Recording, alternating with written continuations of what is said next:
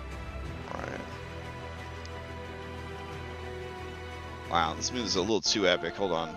Oh my god, there's fucking chorus, there's angels. Just let me just grab some regular combat music. Sorry, guys. Let's see.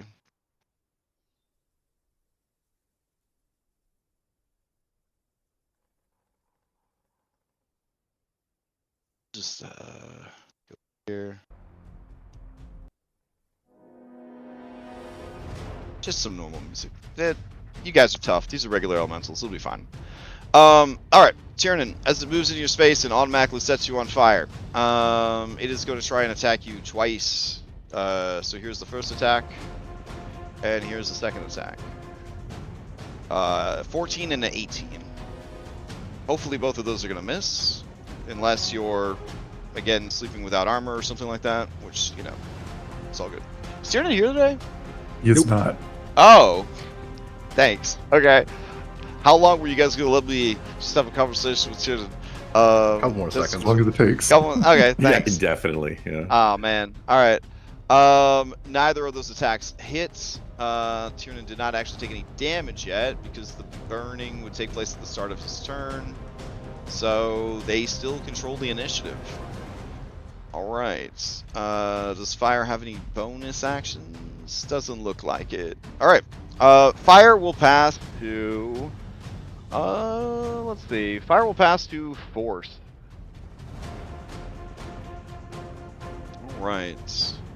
The Force Elemental is up, the representation of magic manifested in some somewhat physical form. Let's see. The creature has a flight speed of 60, which is always nice. And its main claim to fame is that it just likes to shoot Eldritch Blast, because nothing represents force magic in the 5th Age of Magic better, I think, than that, at least aggressively.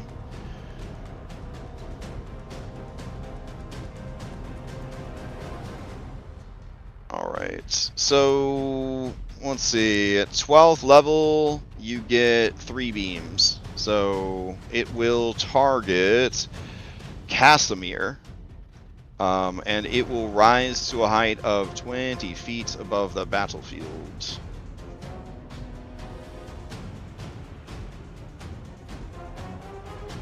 Go. And here we go. 1, 2, 3. Alright. Casimir, he does not want to get shot, so he's going to use a very balanced first level spell called Shield to basically trivialize most of the combat encounters that he will run into. Alright, there we go. So with Mage Armor, it raises his AC to 20. Makes sense, because magic users are supposed to be very squishy in Dungeons & Dragons. So the first 2 attacks will miss, but the third one will hit for 6 points of damage. Alright, as his turn begins, the Elemental will end its turn there, and then Casimir will steal. As he does, he gets his reaction back, and loses his +5 to AC. Alright, with the Elemental having already acted, he is going to return fire at the creature. He does not want to use a ton of spells, because he does not know when you guys are going to get a chance to rest again.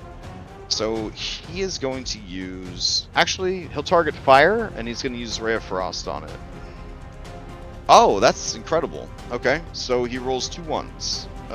Complication. He slips on the...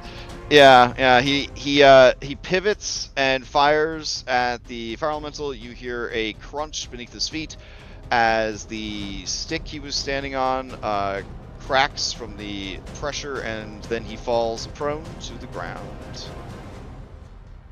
Right. Hey, listen, we've all had characters that we thought were going to be so cool, and then the first thing they did in the first combat was look like a chump. So, just saying. Heck, it could happen to anybody. Alright, he falls prone, and then because it's 5th edition D&D, he literally just stands back up. And then he will move behind... You know what? He's actually going to stay where he is, and that'll be his turn. He will pass to Anna.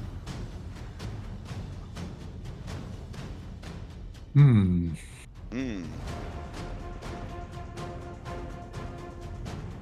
First action will be to summon Dana. Okay. She'll move. Oops. Can you unpause the game, please? Thank you. She'll move here. And she will attack the fire elemental 3 times.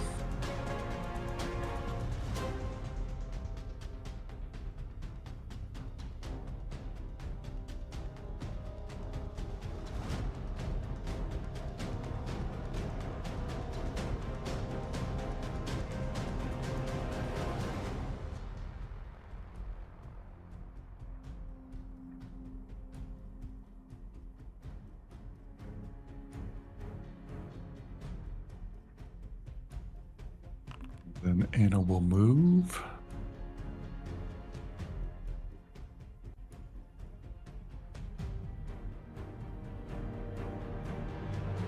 And that is my turn. Sorry, I'm muted for some reason. The creature has a fiery form, so it is going to be dealing fire damage every time it is struck. Does she So take the damage from it? Who would? Dana. Dana? Yeah, so 10 damage from the first attack. Okay, she's dead. Oh, okay, then the other 2 attacks would not hit. Okay, and All that's right. my turn, and I'll pass to Darius. Alright. Darius, to you. Yes. Fire. Right. Rain. Oh, and apparently when a fire elemental moves into your space, they set you on fire and they do initial damage, so I'm going to get that initial damage for Tiernan.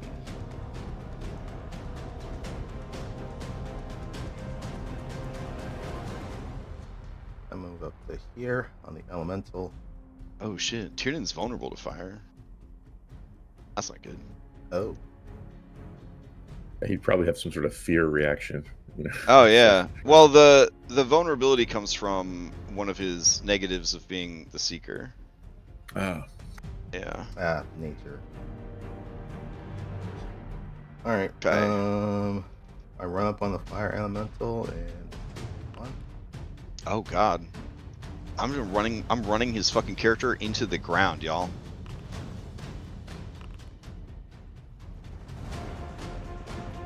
I'm sorry I keep interrupting your turn, Darius. I'm trying to apply all this terrible shit to Tiernan while he's not there. Alright, so he is feared, prone, and on fire as you run up to assist Darius. Alright, 2 strikes. First one 15 to hit. Okay. 15 is gonna hit. Okay. Takes 13 damage. Right. All No, right. wait, hold on. Is that correct? Yep, that's correct. 13 damage. Okay, Second and then you hit. would take 3 fire damage. Okay. And these are these unarmed strikes? Yes, but my unarmed strikes are magical. Okay, I'm just asking because you set yourself on fire. Oh yeah. Okay. Second one was 19 to hit for 14 damage. All right.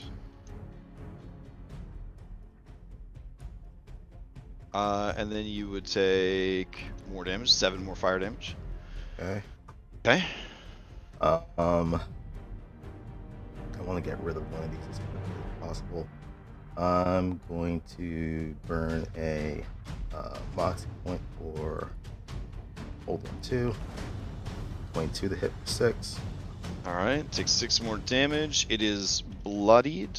You would take 5 more fire damage.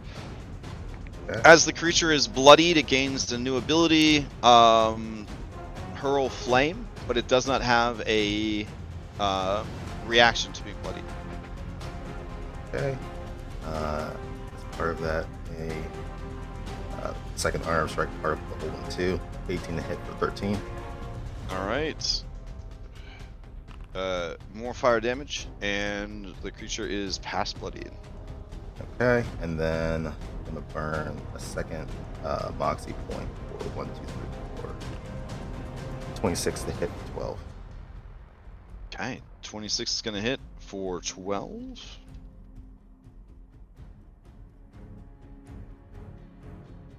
And then a bit more damage. All right. And that's everything. It Nice. would technically, that last one would knock the creature prone, but I assume Right, elementals can't yeah. knock prone. Fire elementals definitely can't. So Okay. All right. All That's right. everything for me. you control the initiative. It cannot steal. Who would you like to pass to?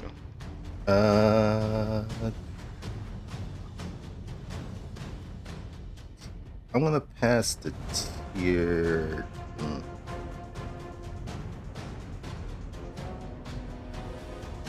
Actually, I'm gonna pass it to Daniel. Okay. All right. You Oh, are Blaze. Daniel, You get a Daniel, dexterity what- save 15 at the end of your turn, Darius, to see if the fire goes out. Daniel went first, so he's already gotten this turn. Oh, okay. Oh, Right, because he it set up stole. It stole. Okay, gotcha. Right. All Okay. right. Then I will pass to. No, I'll pass to Shane actually. All right. As you pass to Shane, give me a dexterity save to see if the fire goes out on you. Okay. It does. So you don't have to worry about ongoing damage. All right, Shane Masters to you. Yeah, I'll see that Darius is tussling with I think it's a technical term, with Cranky over there. So he will, as a bonus, toss out his dancing rapier. I say rapier, it's not a rapier, it's a halberd. That's what I meant. And it dances over to the elemental and attempts to swipe. It has an attack, doesn't it? Oh, no, it's my attack. Yeah, just kidding. Sorry, it's like I haven't played in a week.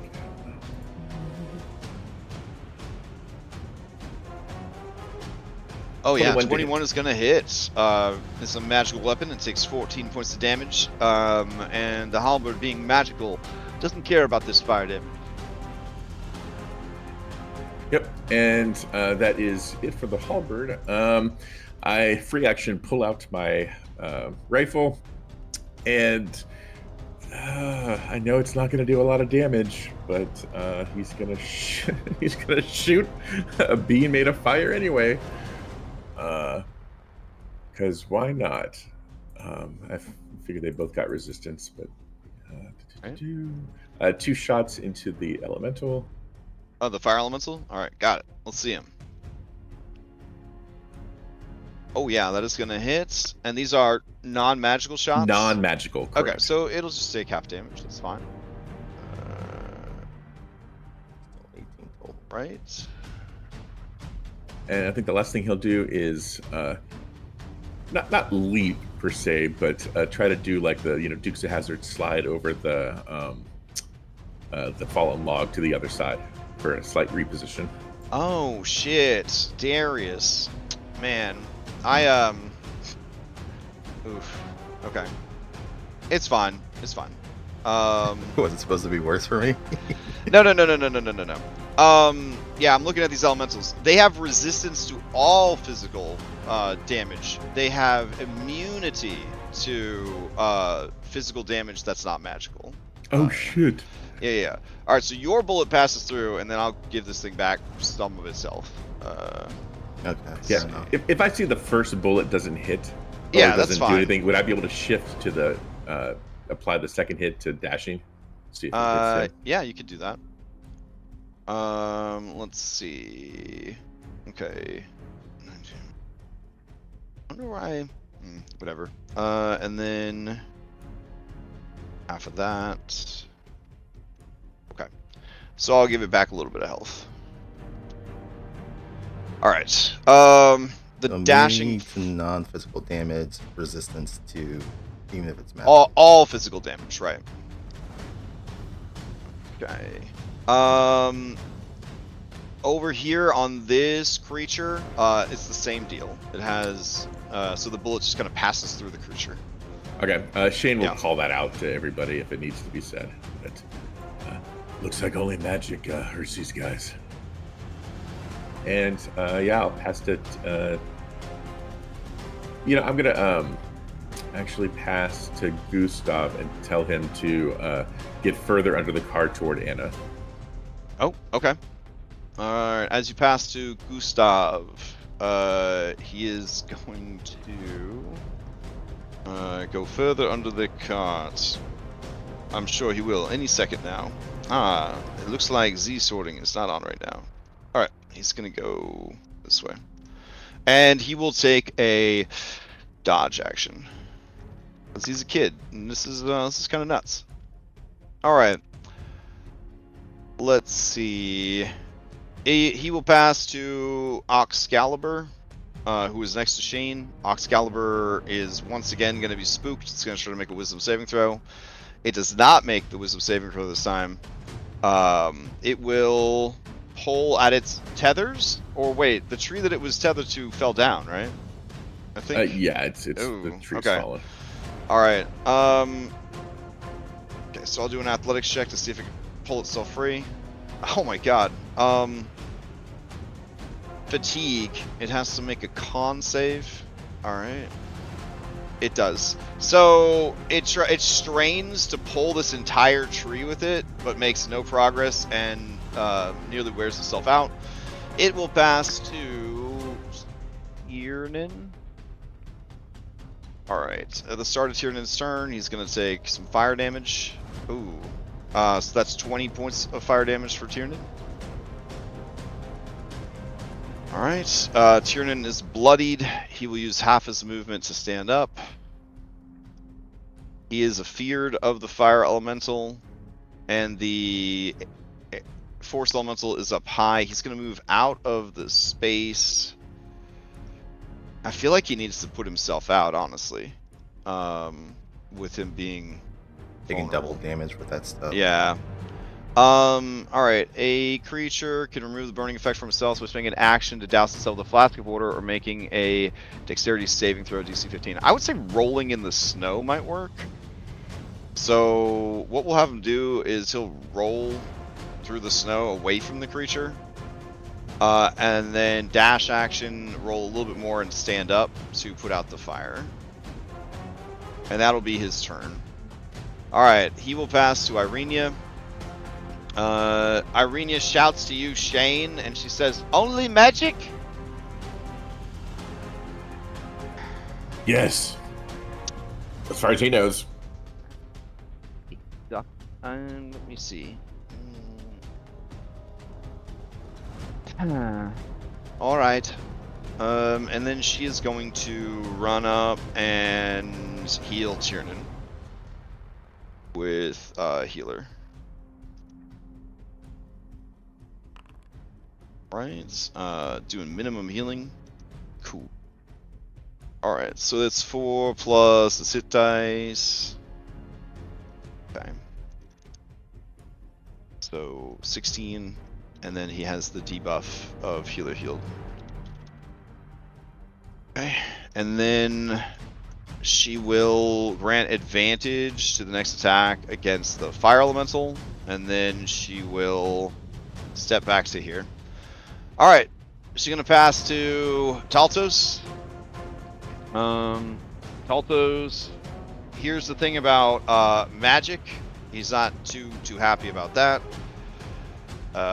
He does not have a magic bow. He only has a magic dagger. Getting up on a fire elemental, not really what he wanted to do today. I think we could all relate to that a little bit. Let's see. Alright. Fine. He will run up to the fire elemental. No, he just can't do it. Sorry, guys. He is going to move to the ox and try to convince the ox not to run away. Which he does, gaining a boon in the process. You can use reaction to dodge or move half your speed. Yeah, sure, he'll take a free dodge. Alright. That is his turn. Oh, sorry, I did Savid first. Alright. No, I did Taltos. Taltos would have engaged. Savid is the one that wouldn't have. Fuck it. Alright, I'll swap them around. A natural 20 is a natural 20. Alright. So, Taltos then would have actually engaged. Alright. Let's see.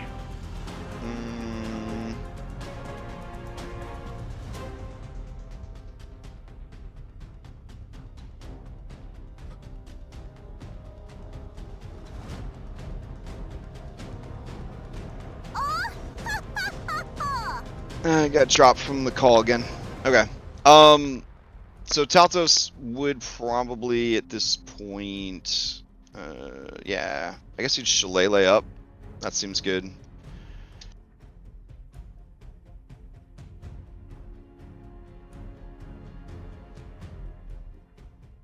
Alright, so he would run up to this creature, and he would attack. Hitting it. Wow, bro. Jeez. I think he's added his wisdom to it, though. Yeah. I don't know why I didn't. Yeah. Alright. So it takes some damage. And he takes 9 points of fire damage. Alright. Not really feeling that too much. Okay. He would pass to Savid then, and then Savid would do his thing, and then Savid has to pass to the bad guys. Alright. Let's see. As Tiernan and Irenia are over here, you see the snow begin to shift and morph into a humanoid form, and the water elemental appears. Alright. It is going to use... let's see. It needs to be in a space with a lot of creatures, which it doesn't have. In that case, then, it will attack Irenia with 2 slams.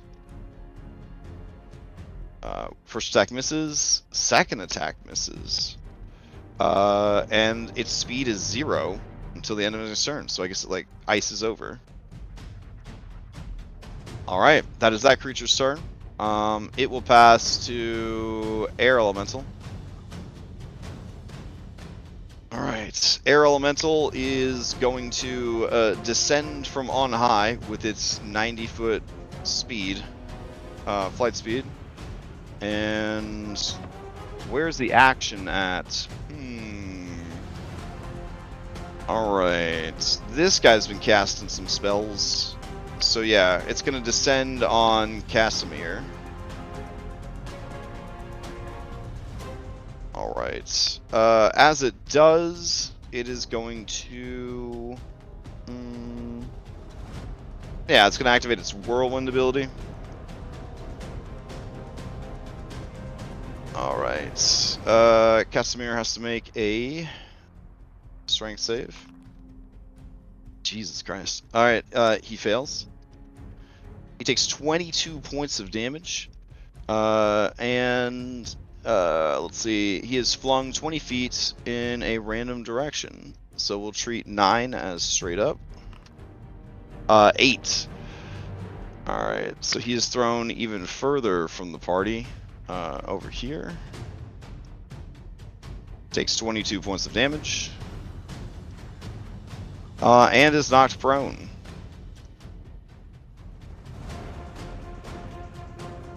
And then the creature will use the rest of its speed to fly over on top of him, menacing him. Alright, finally it passes to Earth Elemental. Alright. Earth Elemental is gonna pop up right here. Out of the ground. As it does, it is going to make 2 slam attacks. It is going to make the slam attacks against Taltos, Druid of the Fanes. And here we go. These are at a +2. 23 and 24. Slamming into Taltos for 19 and 19 points of damage. And Taltos drops. Alright, Taltos controls initiative going into the next round. And the elemental is gonna pass to him anyways. So as Talthos' turn comes around, he will try to make his saving throw. Alright. Okay. Talthos will pass to Darius. Uh,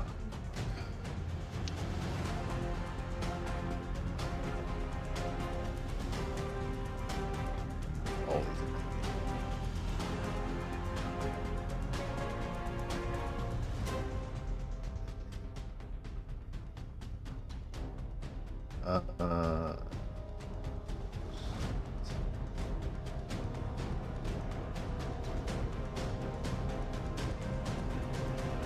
Okay.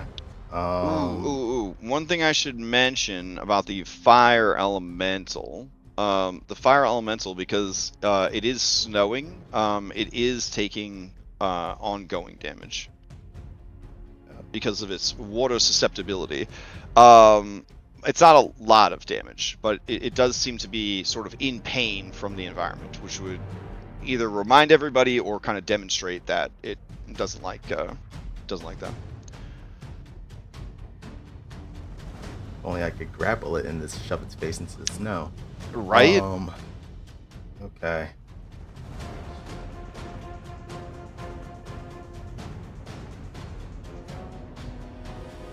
I'm just gonna have to continue taking out the fire elements as quickly as possible. Okay. But,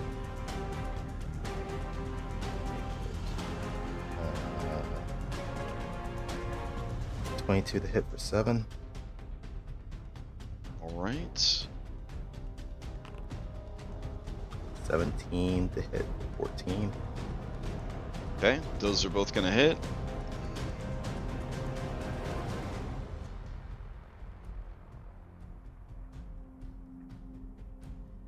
And then bonus action, just an unarmed strike. 19. Alright, so it's bloodied for real now. Alright, then it takes some more damage, and then you would take... Should we just do 3d10? Yeah. Okay. And you set yourself back on fire. Okay.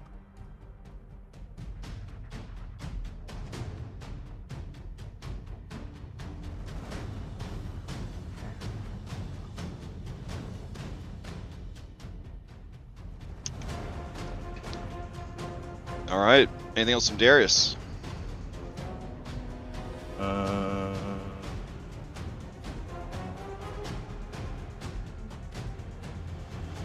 Actually, yeah, because that's gonna get out that. So I'm just gonna do it. I'm Okay. gonna use another moxie point for the old one too. It's a 22 for 7. Okay. And then because all that fire damage did drop me below bloody, I'm gonna activate this. Bloody bow. I'm gonna get 33 and I believe. Very nice. Yeah, 33 temp HP. And all my moxie points right back.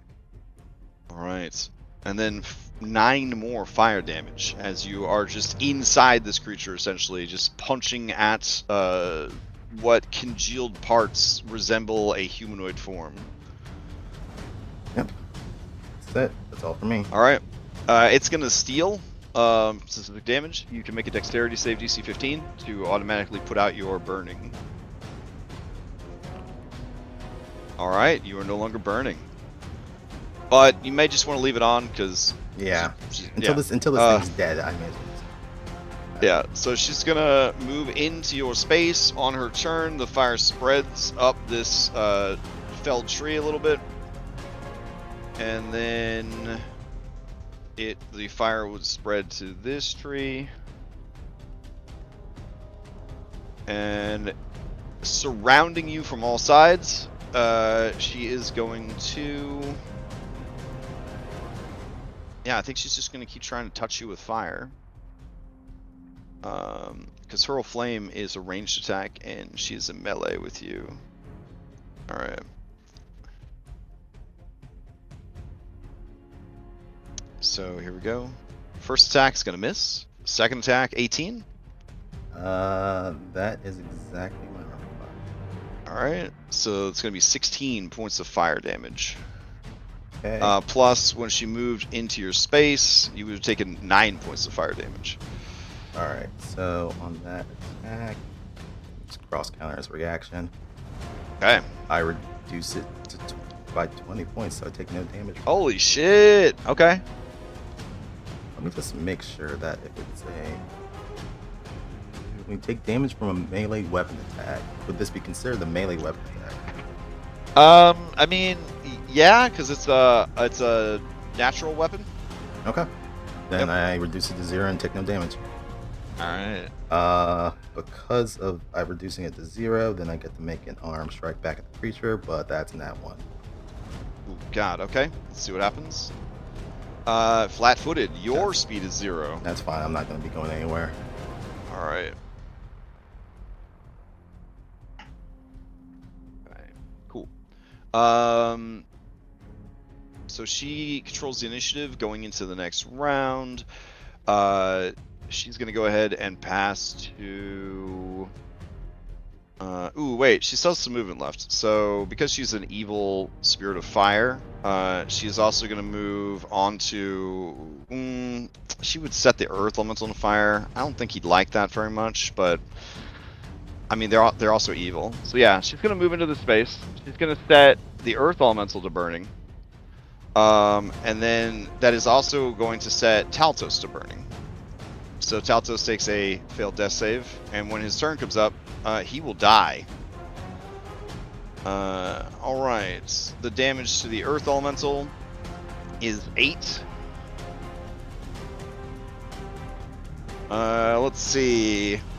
And then the fire elemental is going to pass to Taltos to kill him. But as she does, weak earth elemental. Oh, you're right. He already went this round. Yeah. Oh, okay. Yeah. So, anyways, as she was going to do that, weak earth elemental would be like, "I took damage. I'm going to steal." So it is going to steal. I would like to remind everyone we have 20 bans. 20. Jesus Christ, guys. And What are I you have saving an them interrupt for? point, right? Can I use Yeah. that? Sure. I will steal then using Okay. my point. And bonus action, I'll use the attack from the halberd first on the fire elemental. Okay. Ooh, does a 13 hit? 13 hits. They love being hit because then they can do fire damage to you. But halberd doesn't take it. It is magical, so it takes half. All right, then Shane is realizing there's just too much going on. Is gonna not target himself. He's going to go back across the log again and put away free action. Put away the rifle, and then he can only draw either the sword or the shield. Right? Can't do them both. Let me look at my ability. So a shield is like a whole action to equip in 5e. Because it's considered armor, so you have to don it, which is an action. Yeah. Well, that sucks. Okay, then instead he will just draw the sword and not have a shield. Whoa, buddy, if people just could easily increase their armor class at a no, moment's I'm with notice, you. that would be crazy. Okay, Yeah. no one could do that in 5e. All right. That's the thing. We have to switch from range to melee. So he will draw the magic sword, which will light up the sky, I'm sure. And he's gonna attempt to hit the earth elemental. That's gonna go well.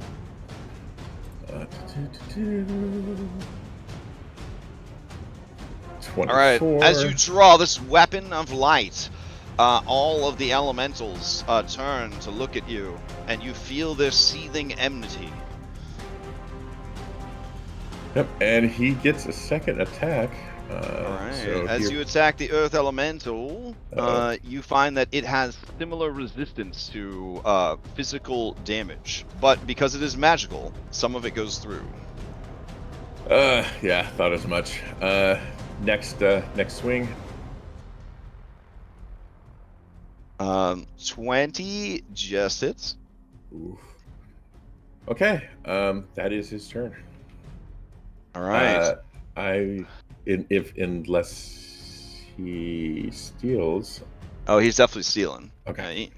You stole from his stealing. And you get Tiernan to steal.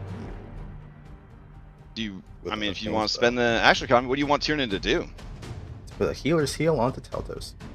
Oh, okay. Prolong his suffering. Got it. All right. Yeah, he would definitely want to do that. I mean, it's either that or he So, just immediately dies. yeah, mark it off. You can move through a creature 2 sizes larger than you, but this creature's on fire. So I don't think Tiernan wants to do that. So let's see. He will move this away, but it will provoke from the water elemental as he moves away from it. It is going to try and use a slam attack on him. 20 is going to hit. For 9. Okay. 5e item interaction. He's going to swap out his weapon, or, sheath his weapon, and then he is going to healer's kit this boy on the ground. And I am really missing some of my mods working. I love that time of year when you have to transition from one Foundry version to the next, and the mods start to slowly die.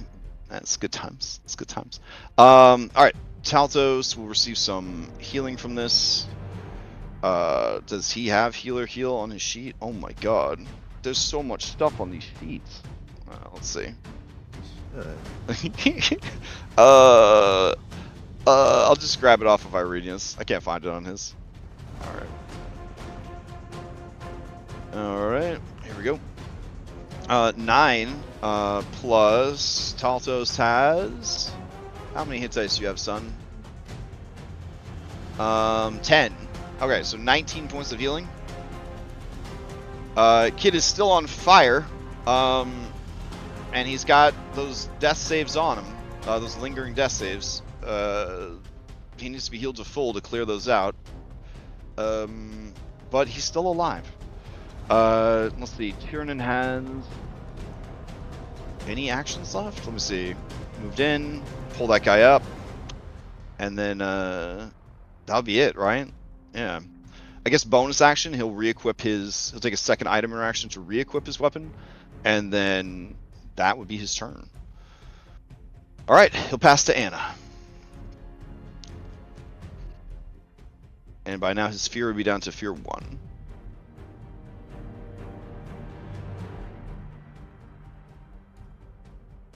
All right, Anna, you may be muted. I do not know. I'm thinking on which okay. which person I actually want to help. I guess, yeah, there's like 3 of them over there. They can handle that. She will move over to help Casimir. Okay. And target the air elemental. All right. And we're going to do a bunch of attacks. The first one will be the 3 normal attacks. Hopefully this thing doesn't have any kind of weird damage shield.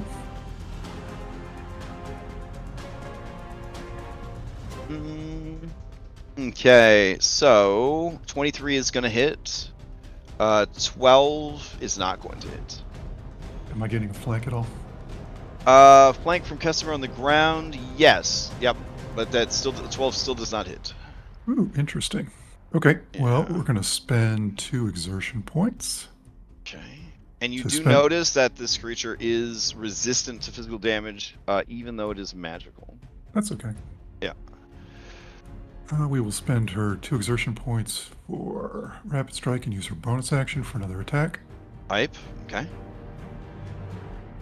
Oh, There very we go. nice. Very nice. Okay. I can check for a critical. I kind of think that They're immune to a bunch of them, elementals, yeah, are immune to it. But for curiosity's sake, we can see. I think any slashing, it'll just put itself back together.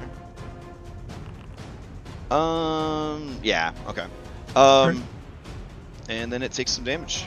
And then I'm going to burn my reaction and spend 2 more exertion points and attack it again. Oh shit. Okay.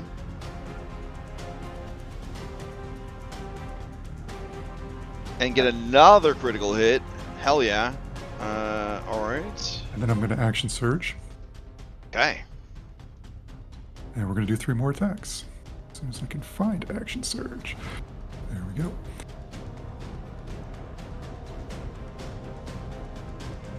Is that a third critical hit I'm seeing? Oh my god.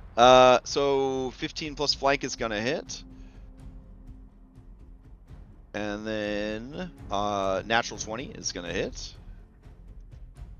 It is bloodied, but then a natty 1 is not going to hit. Let me see if anything happens when it is bloodied. Yes. Ability recharge whirlwind. Let's see. Yeah, when first bloodied, whirlwind recharges. And then new ability, Strong Winds Aura. While bloodied, air elemental exudes wild winds from its body. A creature that ends its turn within 5 feet of the air elemental or enters the area for the first time must succeed on a DC 13 strength saving throw. If it is holding something in its hand, like a weapon or item, on a failed save, the item is ripped from its hand and flies 20 feet away in a random direction. Okay. Let's see. And then the complication is exposed. The next attack against you is at advantage, lasts until the end of the round. Okay. And then I'm going to use my movement and move away. Okay. And that's my turn. Alright. Oh, you're not critically exposed, you're just exposed. Okay. Alright, the air elemental will definitely steal. Now it's really mad, so it is gonna fly I after hope you. so. Yeah. Alright, so it flies after you. Let's see. And then it will... let's see, it has its whirlwind back. Yeah, sure. It will use whirlwind on you. Which... I gotta tell it that it's recharged. There we go.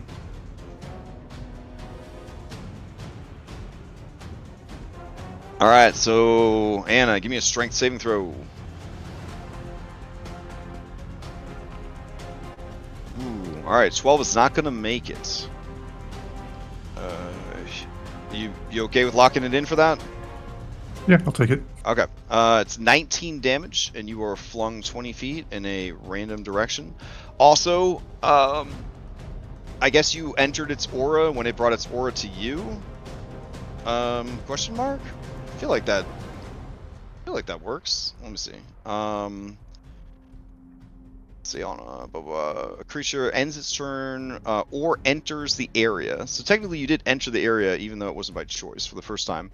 Alright, so give me another strength saving throw to see if your weapon gets flung. It does. Alright. So that's a different direction. Alright. So you would go 4. 1, 2, 3, 4. So you would go down and to the right 20 feet. So to there. And probably like hit this tree stump and fall prone. Your weapon flies up in the air and then just lands back down where you were.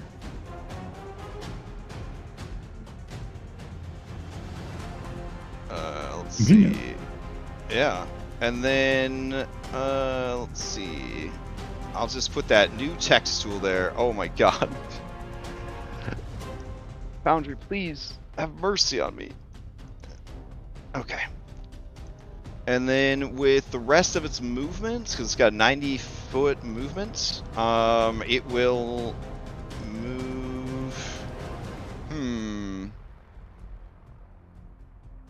Yeah, it'll fly down and then over to you.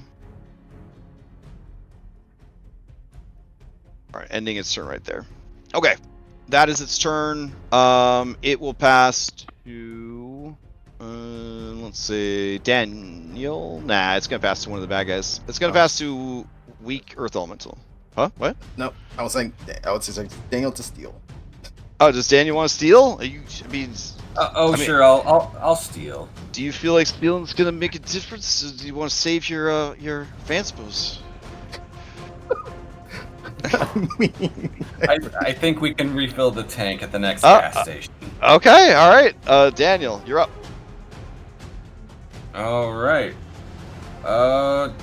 Damn, he was really he's really ready to bring the lightning down, but then he sees Anna gets flung right beside him. And he's like, oh, that can't go. So he's outside the storm radius. So down. All right, he's gonna come down, and I'm going to use an inspiration to give myself advantage, and I am going to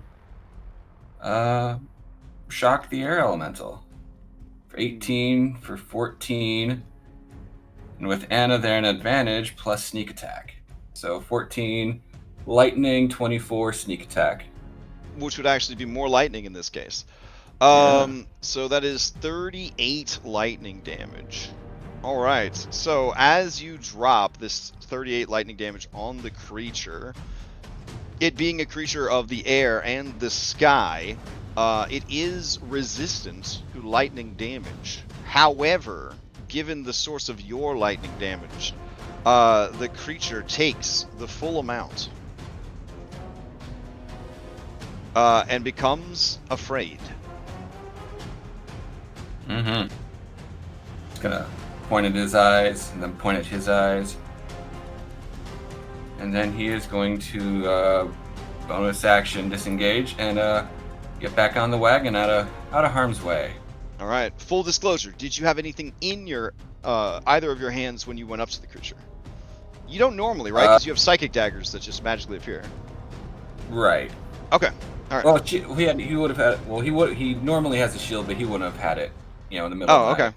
All right. Fair enough. The creature Reminds cannot me of that. steal. You control initiative. Who would you like to pass Oh to? damn. Who hasn't gone yet? Damn. Let's see what Oxcalibur's up to this round. Okay. Oxcalibur was calmed by a critical nature check from Savid, so they are closing their eyes, and hunkering down and hoping for the best. I will give them the dodge action. All right. Oxcalibur will pass to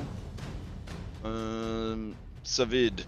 Savid sees the air elemental situation, and he will move forward. His dodge will end, and he will stab at the creature.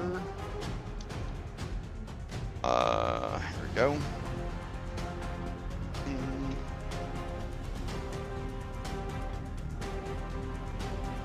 With his vicious dagger. 15 is going to hit, plus a flank from Anna. Damage is 8, and then halved will be enough. The air elemental is defeated. Alright, as it dies, it explodes in a death throw. Elemental explosion creates a shockwave of energy. Creatures in a 10-foot radius of the elemental when it dies must do a DC 15 Dex saving throw or take slashing damage from the slashing winds that it creates. Alright, so that would be Anna, Savid, and Oxcalibur. Oxcalibur got advantage because they're dodging. They pass the saving throw. This is an all or nothing save. Alright, so Savid does take 1d10 slashing damage, so 5. Alright, he has one... let's see... Get that out of here. He's got one attack left as a scout, but he definitely doesn't want to get up on the fire elemental. He is going to move here and bonus action help Anna stand up. And that will be his turn. He'll pass to Gustav. Gustav's going to keep dodging underneath the cart. Gustav's going to pass to Casimir. Casimir is going to stand up. he's realizing now that things are looking a little, maybe need to take this a little bit more seriously. But it's gonna be hard to get these spells. All right. Let's see. He's got a speed of 30. Oh, So let me 15 do. instead of. Oh right, only 15. Okay. You're the fire elemental. Yeah. He was trying to see if he could hit three of them at once, but he would have to Misty Step for that. All right. In that case, he is going to cast Lightning Bolt. And let's see. He wants to cast it in such a manner as to not kill Darius. But, I mean, shit happens. You know what I'm saying, Darius? Like, let's see. Man, I live, he's... I remember.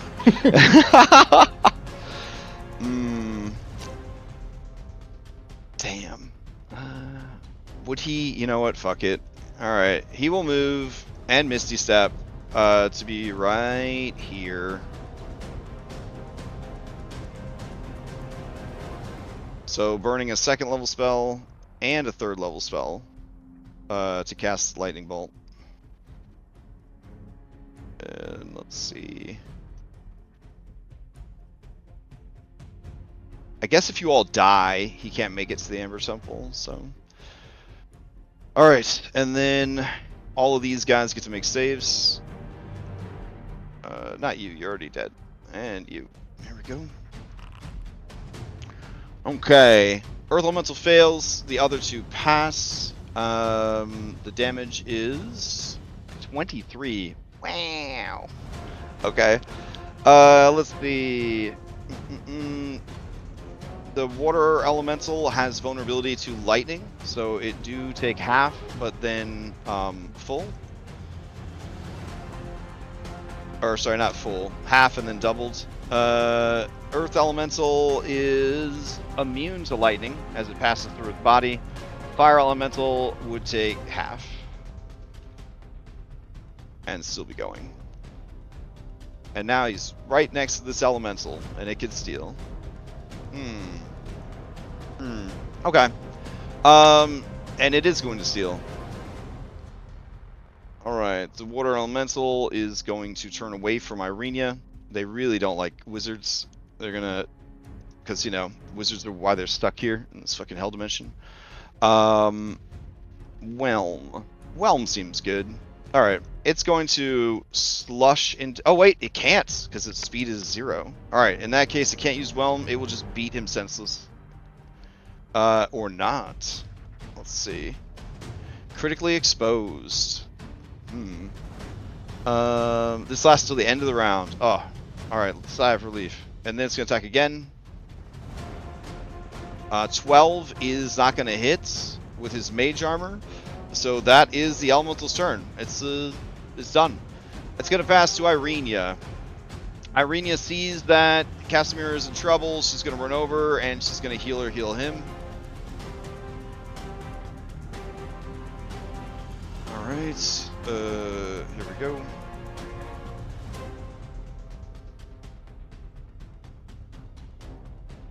Healing him for 6 plus his hit dice, which are a mighty 10, so he gets 16.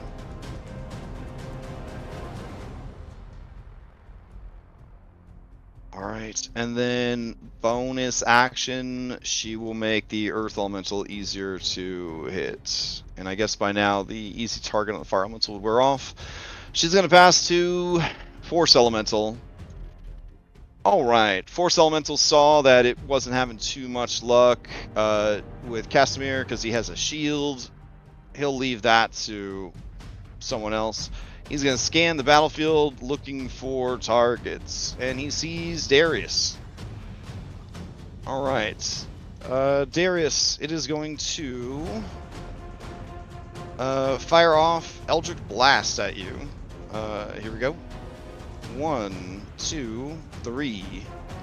Only the last one hits. Only the last one hits. Alright, here's the damage. 9 points of force damage.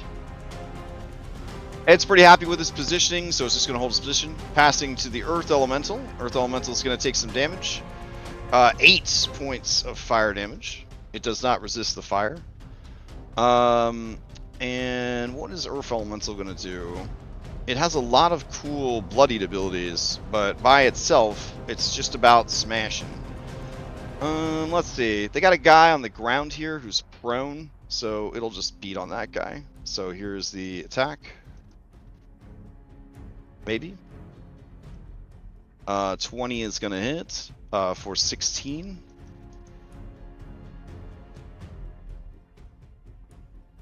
And then it'll attack him again. Basically trying to step on him. 17 is gonna hit for 12. And Taltos goes down again. With 2 failed death saves already in the bank. Alright, going into the next rounds, the Earth Elemental is basically, cinematically, is just stepping on him, like crushing him into the earth. So it's gonna pass to him and try and kill him. Going once, going twice. I'll steal. Okay. Are you sure? I mean, you only got 18 of these. We could just let Taltos die. It's fine. You might want to save him for another day. I'm not a certified Fanspiration investment advisor, but I mean, you do what you think is right. Yeah, I'll steal. Okay. Into round 3, Darius steals. All right. Oh, Earth Elemental just messaged me. Can I have a dex save to try not to be burning? He is still burning. Okay. All right. Darius is going to.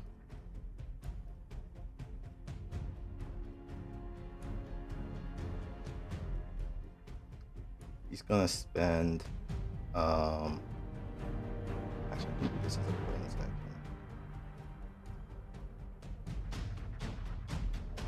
Yeah, he's going to bonus action catch his breath. Heal up 14. Action and item interaction. Gonna pivot around. Fire elemental. Gonna pull out a healing potion. Give it to Taltos. Alright. It's almost like someone else died almost in a similar manner to him. Alright, his eyes sputter open, and in that moment, Darius, it's not the eyes of Taltos looking at you. It's the eyes of your brother. Get your shit together, man. And he's going to pass it to Taltos. Okay. Taltos is going to take D10 fire damage. 9. Alright, he is going to... man. He's going to have... Yeah, he's going to wild shape for sure. Alright. That's what I was he's gonna hoping transfer- he'd do at some Yeah. point last turn. The problem is no space. No space. Tyrannage away. If he moves away from the fire elemental, she might attack him. He can't be a bear in the space with the earth elemental. Can't be a bear in the space with the fire elemental. Shit. And he's not a moon druid, so he can't do it as a bonus action.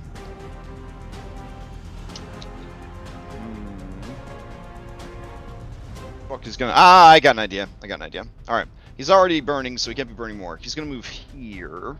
There we go. And then he will turn into a bear. Okay.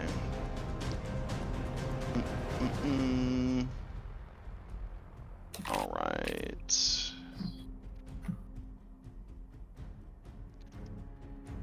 So he turns into a bear. I'm going to rule that the bear's still on fire. Because it's still his body. And then that was his action. Bonus action. You know what? With his bonus action, when he got up, before he moved away, he would use his bonus action to put you out, Darius. Alright, because you can just use a bonus action to put out a burning ally, so. Alright, that will be his turn. He should be good for a while. Bear's got a pretty decent amount of health and recovery. Alright, so with Taltos recovered, he is going to pass to Shane Masters, so that dude can get the fuck out of there, because he's not sure why Shane's in melee. Because there's 5 freaking elementals. He had no choice. Okay, I would love to disengage, but unfortunately, there's still 2 right next to me, or near me. And he has a little boy to protect. So, bonus action, the halberd is going to... do I have more? Yeah, 2 more attacks. Halberd's going to attack the fire elemental again. That's going to hit. And I guess he's going to stabby stab for half damage on the earth elemental. Okay. Why am I in melee? I think I get flanking from Tiernan, right? So that would be hopefully that's a little better. 16 does not get through this creature's defenses. Okay. No, wait, you had helpful. This is the first attack against the creature. So it would have been a sweet. 28, so that's going to hit. Oh, nice. Okay. Yep. And second attack. 17 probably doesn't hit, though. 17 does not hit. Okay. And he will do a slight reposition there. Okay. And he will pass to Daniel. Earth Elemental gonna steal. Because you bonked it once. Alright. And it doesn't like that. So at the start of its turn, it takes some burning damage. For 5. And then it is going to... Let's see. All it's really got right now is smashing. So that's what it will do. Shane, here comes the first attack. 10's gonna miss. Here's the second attack. 19. That one hits. Alright. And then damage is 14 points of damage. Right. At the end of its turn, it's going to try to do a dexterity save. Oh my god. And cause another complication. And it is exposed. Your swing unbalances you so much that your target may make 1 melee attack against you, else the closest non-adjacent enemy may dash towards you. So, he didn't make an attack, so he didn't have a target. That means a non-adjacent enemy may dash towards him as a reaction. Any takers? Anyone want to dash towards this guy as a reaction? I will. All right. 45 feet of movement. Come join the party. Water's warm. Where's the fire elemental at? She's right there. I'll move here. That's it. Okay. All right. Fair enough. Elemental controls the initiative. It is going to pass to the Buoyant Drowning Spirit. Okay. It's going to move into this space with the 2 of them and use Whelm, because its speed is no longer 0. Alright, as it moves in, here we go. Whelm. Alright, each creature in the space must make a strength save DC 15. On a failure, they take bludgeoning damage. If they are large or smaller, they are grappled and restrained. If they drop to 0, I guess they start to drown. Blah, blah, blah. Okay. What does it say here? The elemental can grapple 1 large creature or 2 medium creatures. Perfect. Alright. So here's some saving throws. They both fail. Here's some damage. Aw, a gentle 6. So each of them takes 6 points of damage. But they are now both grappled and restrained inside the creature. Alright, it's pretty happy with its positioning, but unlike Fire Elemental, Water Elemental is a giver, not a taker. So it is going to, carrying them inside of it, start moving towards the Earth Elemental. Let's see. To try and put him out. There we go. And Skasploosh puts him out. Alright. Play would pass to... Damage. Fire Elemental. Yeah. Say what? Casimir and Irina took damage. Oh, yeah. Never mind. They will steal. Casimir will steal. He just burning through these spell slots. Jeez, but drowning sucks. I mean, he doesn't want to die 15 minutes from now when he runs out of air. So, yeah. He will use another second level spell to cast Misty Step. And he will get out of there, leaving Irina behind. Ooh, you know what? It would have been much cooler if he went back here and he did another lightning bolt, but he found out that Earth Elemental don't care about lightning, so it would be doing double damage to the Water Elemental, though. Yeah, sure. Alright, here comes another lightning bolt. It's fine, you're skipping the dragon fight. He thinks to himself. Alright. I'm not even gonna roll for the Earth Elemental, I guess, because they're immune and we're rolling enough dice. So. Ooh, both of them fail. And chunky damage. Holy shit. Alright, 70 points of damage to thing. It is gonna see if there's a critical effect. Oh no, it burnt off its right thumb. This is terrible. Okay. And then, let's see, Fire Elemental takes the full damage. This will be enough to kill the Fire Elemental. As the Fire Elemental dies, it explodes. So everybody within 10 feet, give me a DC 15 Dexterity saving throw against 1d10 fire damage. Oh my. Okay. I mean, it's 1d10 fire damage. We should be okay. I'm more afraid of the critical effect. Man, did she just have beef with the Earth Elemental? Because he's just not having a good time in this fight with her. Wow. Alright. I think that's everybody. Shane, give me a roll. Yeah, I think I am within 10 dex save. Yeah. Alright, so Shane, you're good. Everyone else, you're going to take whatever this D10 is. 3. That's not too bad. Tiernan takes 6. Bear takes 3. Earth Elemental take 3. Okay. Good turn, bro. And then he is going to use his movement to get over here. Okay. And then let's see what the consequences there. Scuffle. Make an athletics check. I don't know, Darius.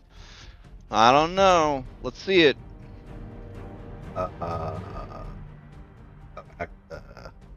It can be acrobatics if you want, but you could also do athletics. Okay. Yeah. All right. And then she is destroyed as well. See, Shane, it's not 5 elementals, it's 3 elementals. Anyone that was damaged that hasn't acted can steal. So I guess Tiernan will steal.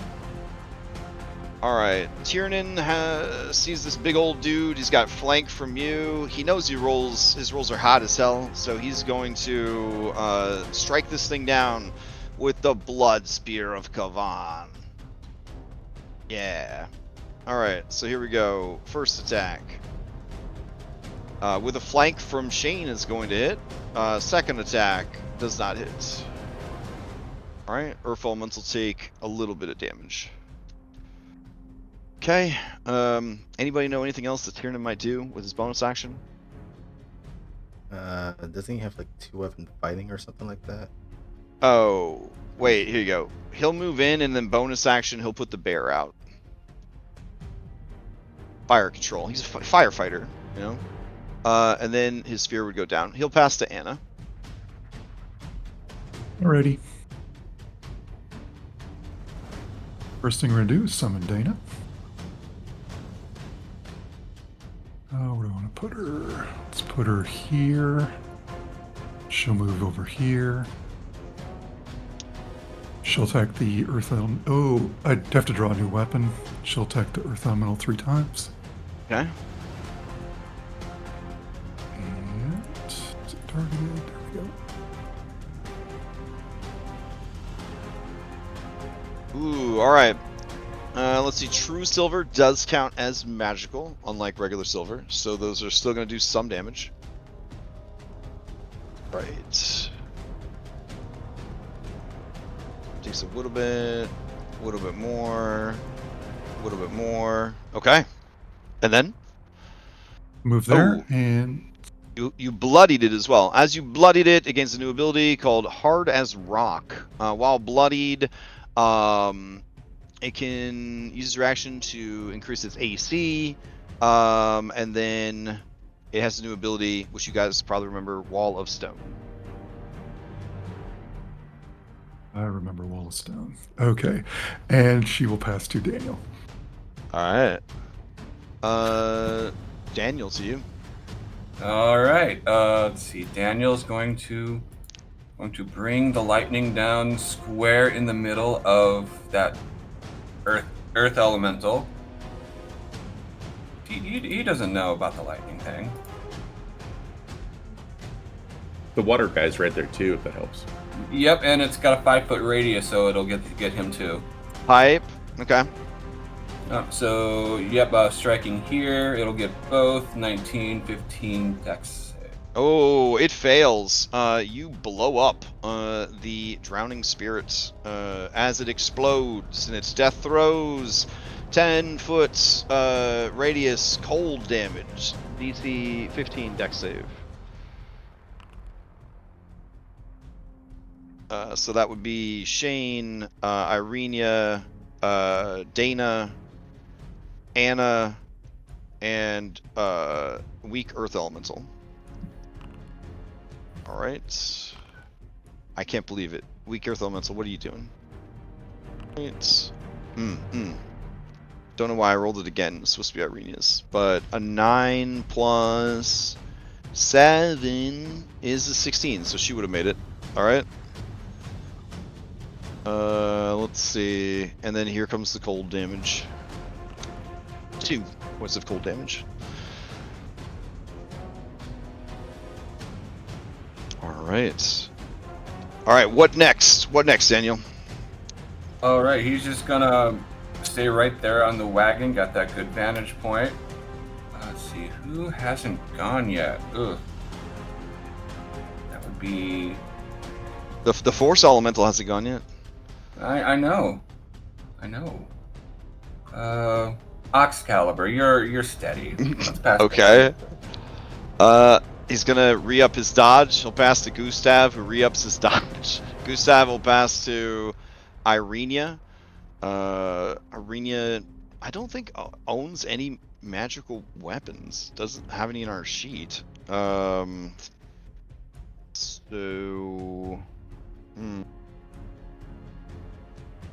Darius, do you need healing? Are you good? I'm good for now. Okay. Let's see. Let's get away from it, Irenia. Okay. Alright, she's gonna head back here. She'll make it an easy target against the next attack, and then she will take the dodge action. She is no longer restrained because the water elemental was killed. Alright. Sweet. Alright, she will pass to Savid. Savid is going to run up as a scout. He ignores difficult terrain. He has flank, he hopes, from Darius. Yeah. And he will attack it with his dagger. Once. That becomes a 20. 3, and then he attacks again. Ooh, alright. So the easy target is gone. Sudden shift. You and a random creature within 20 feet swap places, movements used to accomplish blah blah blah. There's so many creatures. Okay. Within 20 feet. So let's see. 1, 2, 3, 4, 5, 6. Alright, here's a D6. 3. That would be the Earth Elemental. Alright. So into Scuffle, Earth Elemental ends up here and he ends up over there. It can't be in the bear space, so I'll just put it there. Should also mention the bear probably needs to get out of there because that log is on fire. Alright. That's Savid's turn. He's gonna stay where he's at. Play will pass to Dashing Elemental. Casimir's already gone this turn. Alright, so the Elemental... Alright, let's see. What can you do with this move? 15 foot. Yeah, sure. Okay. It's going to 60 feet of flight. It's going to fly over to here. And it's going to lower its elevation to 15 feet. And then it is going to targeting... I guess this is still going to hit the Earth Elemental. Poor Earth Elemental. It's going to target Anna, Irenia, and Casimir. With Concussive Blast. Each creature within 15 feet of the Force Elemental must make a Strength saving throw. On a failure, they take force damage and are flung 20 feet away from the Elemental in a random direction. If a thrown target strikes an object, they take bludgeoning damage for every 10 feet they were thrown. If the target is thrown another creature, that creature must make a saving throw. Blah, blah, blah. Alright. Shane passes. He was right next to the Earth Elemental. Oh, wow. Okay. Oh, I did not see you underneath. Oh, okay, there you are. Because he moved into my space, yeah. Nice, nice, nice. Okay. So let's see. So this is strength from the Elemental. Oh my god, he rolled another nat 1. This is incredible. Oh, okay. What a roller coaster this little man is on. Hey. So he makes the save. Anna, give me a strength save. Irenia, give me a strength save. And Casimir needs to give me a strength save. Alright. Anna, you definitely passed. Shane passed. Earth Elemental passed on a second try. So Irenia and Casimir are the only two affected by this ability. And the damage here is... Oh, that's so gentle. It's a D8 plus 2. Okay. So 10 points of force damage, but they are flung back in a random direction. 5. So 1, 2, 3, 4, 5. So he would be flung this way. Irenia is flung 5 as well. So Irenia would slam into the cart. And then Casimir would slam into Irenia. And then Irenia has to make a dex save. She does. So she is not knocked prone. And then Casimir would take another d6 points of damage and be prone from slamming into the cart. Alright. Does Shane's nat 20 get a boon? Yes. Here you go.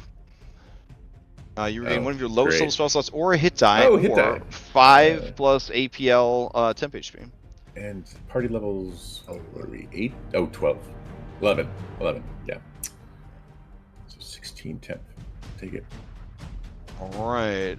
Let's see. Going into round 4, Casimir took damage. Irenia took damage. Casimir is going to steal.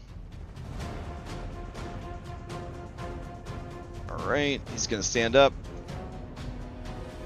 He's going to look up at the Elemental.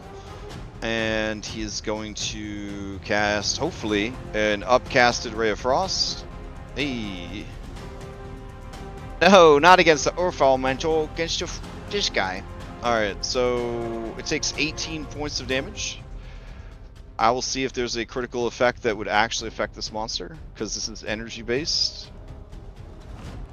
Or I guess the lack of energy. Hypothermia. The extreme cold has leached away large amounts of your body heat. While on initiative you function as if affected by the slow spell. If untreated for 2 hours, the condition advances to severe hypothermia. Wow. Okay, so this creature obviously can't get hypothermia, but it is not immune or even resistant to cold.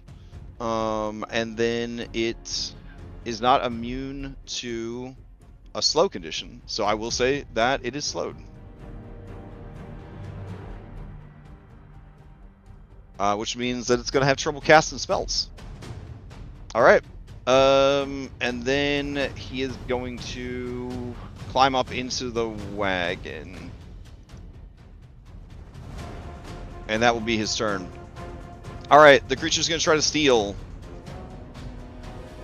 Dashing Force Elemental will try to get back its Concussive Blast. It comes back on a 4, 5, or 6. It does not get its blast back. Not happy about that.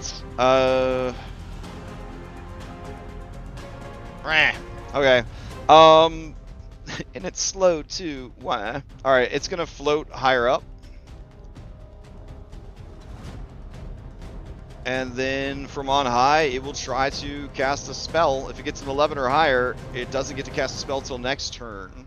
Alright, but it does get 11 or higher. It will target Casimir. And it will fire at him with Eldritch Blast. 1, 2, and 3. He's going to shield 2 of them, using up more magic.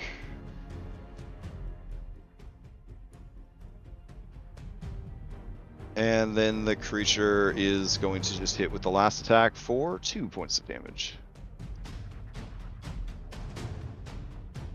Okay. He was damaged, but he started the round, so the creature controls the initiative. It's going to pass to the Earth Elemental. Alright, Earth Elemental is up. Let's see. It's finally not on fire, and that's nice. There's a person right in its space with it, and that's nice. And it has the ability Wall of Stone, which is nice. So it is going to build a wall of stone around itself and Shane Masters. Lovely. Alright. Let's see.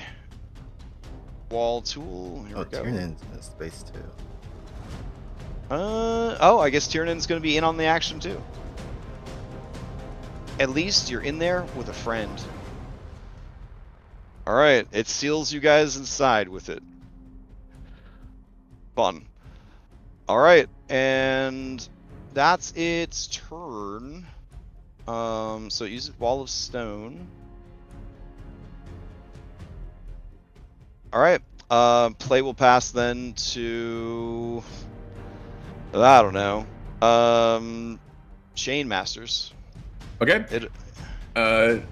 So it would be dark in here unless... Well, no, you have your sword, so it's super bright in here, yeah, actually. super Okay. bright. Right. I can't see, obviously, but the halberd doesn't need sight. And I think it's somewhere around here. Let's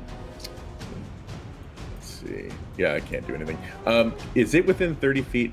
No, it's going to move 30 feet closer to the force guy, if you can move that for me.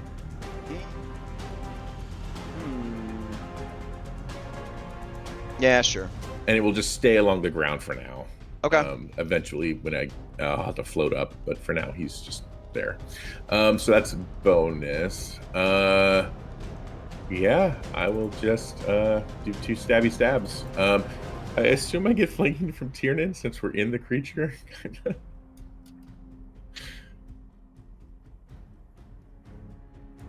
That's a 19. So that will miss. And second attack. Yep, they both whiff. And he'll pass to Tiernan since he's right there with him.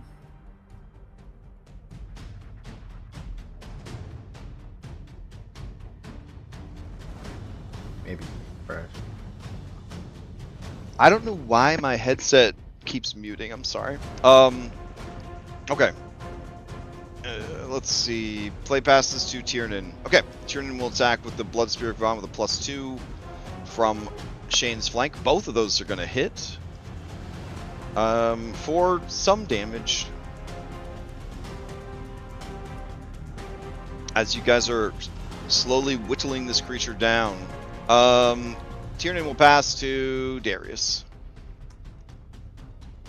Yeah, so I realized I was naughty last turn. I had to immobilize. So I'm just gonna say that I do nothing this turn. Okay, I appreciate that. Alright, so your mobilize burn off at the end of your turn. Yeah. Okay. I'll pass it over to Daniel. Alright, I'm also gonna have the fire spread a little bit more. Daniel, it's you.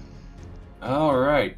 Seeing that that Earth Elemental just took his lightning, he frowns a little bit at that, but he'll look at the Force Elemental. See, can I hit him in the air with Yep. lightning? Or okay, Absolutely. I didn't know if it'll like go through him towards the ground though. Okay, so yeah. But if you did this space, yeah, that right there wouldn't hit Anna. All right, coming up. Because isn't Call Lightning like a 60-foot cylinder or something like that? Yeah. Yeah, and he's like right at the edge. Yeah. All right, 21, maybe. All right, it's got to make a dexterity saving throw. It fails, taking the full damage.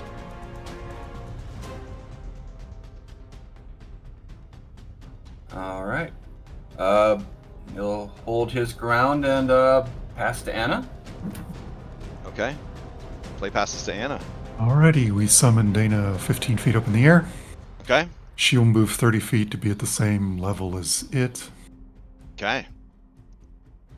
And then I will attack 3 times.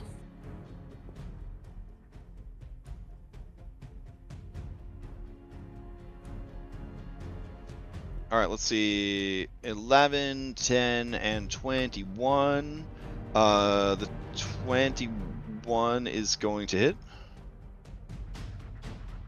All right. And then? I will move directly underneath her so she doesn't disappear. And pass to Savid. Would she say anything to him? Probably not. Pass to Savid. Okay. Alright, Savid is up. He does not have magical bow, which really sucks. And he's only got so many magic arrows. Doesn't know if he wants to be using them up, but if this party does not have a way to fight this Force Elemental, he might need to provide something. Alright.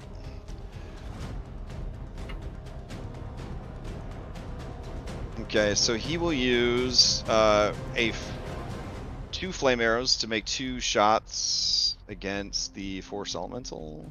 Hold on. Go. He's got to move so we can actually see it, because there's a giant block in front of him, straight out of Minecraft. Alright, here we go. Longbow. It's going to hit, and 16 is going to hit. Let's see, the first one is going to strike for 9, but since it is a flame arrow, it would do an extra d4 fire. The creature would take the fire damage, and half of the damage from the magical ammunition. Alright, that would bloody the creature. Upon being bloodied, Force Elemental gets... oh, that doesn't help much. It would have recharged its shield ability. I guess, yeah, perfect timing then. It will use shield, which is a 5 to 6 recharge, against the attack that is coming in. And then it'll recharge on the bloodied. Alright, so the second shot does not hit. And the creature has used up its shield, and that is that. Oh, it does recharge its concussive blast, though, so that's good. Alright. Then it has no shield because it uses it against the second attack, but it does have its concussive blast back. All right, and then that is Savid's turn. He will pass to Taltos. Well, Taltos is ready for action now. However, he starts in fire and is set on fire. Having a bad time. He is going to look at this block, and he doesn't really want to tear open stone, but he can't reach the earth element. You know what? He's just going to go here and roll in the snow and put out the fire. And that will be his fucking turn. He will pass to Irenia. Alright, Irenia can't hurt the force elemental that's up there. She can't help you guys get out of there. Does anybody need healing? That she hasn't healed yet. Nope. Anybody? Alright. Fuck. Alright, so dodge, dodge, dodge. Be the turn. Alright, going into the next round, Gustav will pass to whoever wants it. Anybody? Anybody? Anna. They pass to you. She'll do what she did last turn. She'll summon Dana again, have her move up and attack 3 times. And Oh, then she's all gonna right. disappear.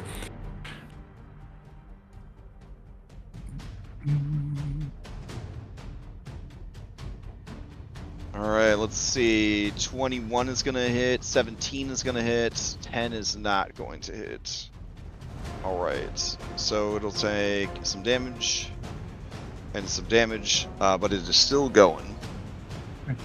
It can steal. Alright, it is going to steal. It is slowed. Firing these Eldritch Blasts aren't really making it happen.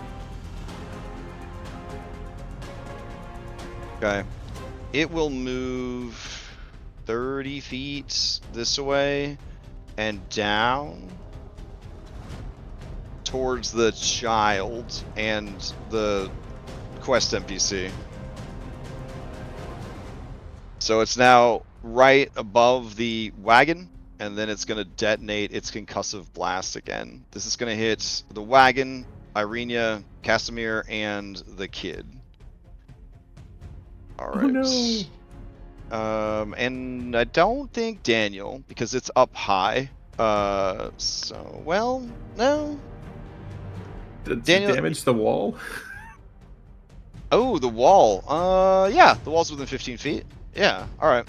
That's good. So let's see. Let's throw out some damage here. It's only a D8 plus 2. So it's really just about throwing people everywhere. So I need How much HP does the child have? not a lot. I mean, he's a Cavani kid. You know, they're built tough. I mean, he's tougher than most, but still. Yeah. Let's see. Try your best. You may reroll any ability check. Oof, good for something. He's got inspiration. Oh, he does have an inspiration. He will roll with advantage. Wait, what kind of save is this? Well, actually, he'll roll and then he'll re-roll if he needs to. All right. It's a strength save. Oh, Hey! They just built different in the mountains. Just Cavani fucking built tough. different. Yeah. All right. Casimir, he's not gonna let a little kid. Oh, okay. And then Irenia. Let's see. Okay. The DC on the concussive blast isn't that high either. It's a 13. So all 3 of them made it. Daniel, I guess, yeah. Throw out your strength save real quick, and then this and this part of the wall would take some damage, and the cart would take some damage. Like 3 damage. Okay. Then that was a terrible turn, Force Elemental. I'm ashamed of you. Alright. A lot of people took damage and can steal. Well, wait, no, nobody took damage and can steal. I guess the cart, yeah, okay. In that case, Dashing Force Elemental is going to pass to Earth Elemental. Alright, inside the Cage of Pain, the Earth Elemental is up. Ish mad. It doesn't have a lot of stuff going on here, so it's just going to hit you a lot. Shane, these will be for you. Slam for 16. That one misses. Slam that for 27. One hits. Okay. All right. All right, 14 points of damage. No big deal. No big deal. Endurance run. You've got this. Do you want to steal, Shane? Yeah. Okay. Um, All right. At this point, commanding the halberd would probably be outside of your ability. You're in a strange place. The creatures move positions. So the last known location of where you would send the halberd not be where the creature is anymore. Yeah, I would just probably slam against the wall, trying to get back to me and fall to the ground. All right. Fair enough. So he has a bonus action at least. That's true. Not that there's anything I can do that isn't related to a gun. So hyper specialize. Yeah. Yeah. He's not a melee guy. So he will stabby stab nothing twice. about that on Saturday. That's a big old miss, and that's an even bigger miss. All right, so you're hitting it, but it's just not doing anything. You know what I'm saying? Like, because big stone creature. So sparks fly off of your weapon as you stab and slash once, twice into the creature. Yeah, I am. So it lets out a low, rumbly laugh as you are unable to damage it. Yeah.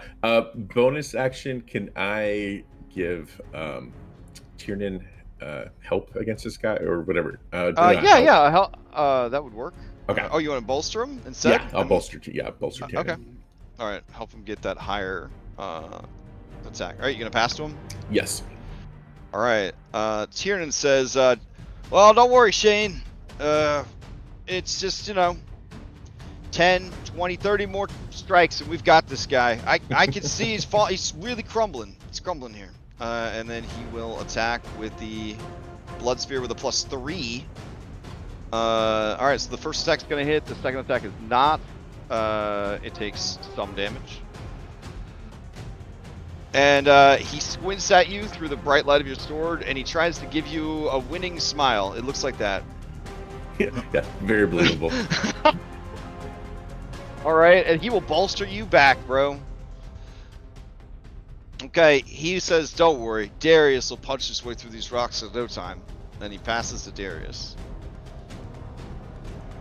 All right, Darius, on your turn, the fire continues to spread.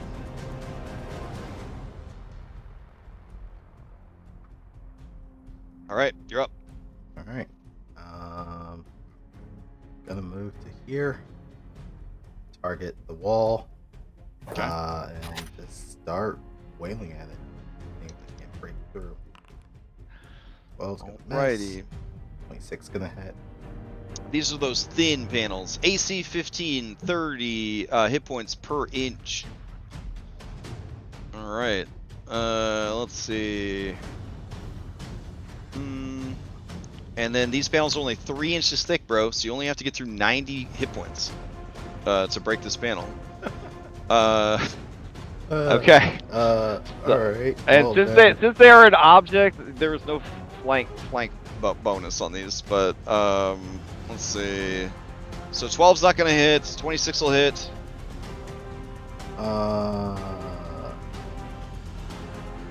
You've already gotten through 10% of it. And bonus action. Okay, 16 points of damage. Okay, I'll have to do this next turn. Okay. Darius, as an IM interaction, pulls out a stick of dynamite. Oh, shit. Okay. All right, who do you pass to as you pull out your stick of dynamite? You've got Daniel and a boatload of NPCs. I'll pass it. Despite all odds, are still alive. I'll pass it to Daniel. Okay. All right. Let's see. I see that guy. He's 15 feet up in the air, but I'm on the wagon. Would he be potentially be in melee range, or do I gotta make a jump? Yeah, I would say that he's within melee range. Yep. Because he had to come down to get you guys in his blast. So. All right. I'm gonna go up to him and shocking grasp. That's gonna hit. Plus Casimir's there, so we'll hit the sneak attack with that. So 15, 21. Shit. Alright, so 36 points of damage is enough. You kill this elemental, and you feel your dark passenger urge you to consume it. Yep, that is use number 3 for the tracker too. Oh, buddy. Do you consume it? But yeah, he'll consume it. Oh man. Alright. You really racing through this the second half of your dark pasture. I'm into it. I am into it. Alright, hold on just a sec. Winning. Have to look something up real quick. Alright. After 3 uses, your eyes melt and are replaced by orbs of electric light. Okay. Shit. Alright. Just because I can't resist and Daniel can't resist, just a close up of the camera with his eyes just glowing, just like power overwhelming. Alright, as this creature dies, it do explode in a burst. So I need everybody within 10 feet of it to give me dexterity saving throws against force damage. Let me move the card out of the way. That will also damage this panel and this panel some more. So Casimir trying to make that dex save succeeds. Small child has advantage. Succeeds. Irenia has advantage. And succeeds. And Daniel succeeds. So only the cart and the wall of stone take 2 points of damage. Alright. I can feel they're breaking us out any second. Alright. Only 1 elemental remains, but man, is it rough. Okay. Anything else from Daniel? No, he'll bolster Irenia and pass to her. Okay. Let's see. Irenia says, "We need to get them out of there." And she says, "Does anyone have an idea? Does anyone have a plan?" No one? No one's got anything? Alright. She's gonna say, okay. She will attempt... Yeah, sure. She doesn't really have the strength score for it. 10 feet? Yeah, okay. She's gotta get a running start. Alright, she's gonna run and jump from the cart to the stone. And then she will run along the top of the stone with a dash action to stand over you, Darius.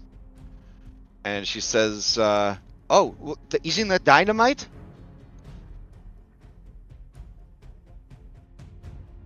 And then she's gonna back up to this part. All right. That will be her turn, and she's no longer dodging.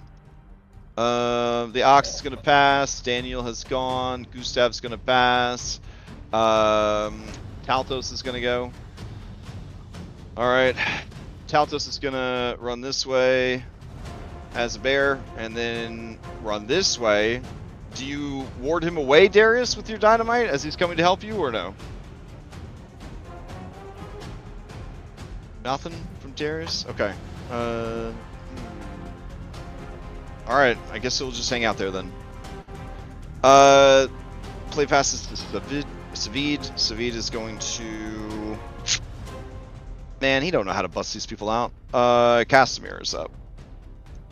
Alright. Casimir. Shit. He doesn't want to use any more spells. He's gonna have to trust that you guys are able to do this yourselves. He will pass to Shane Masters going into round 6. Okay.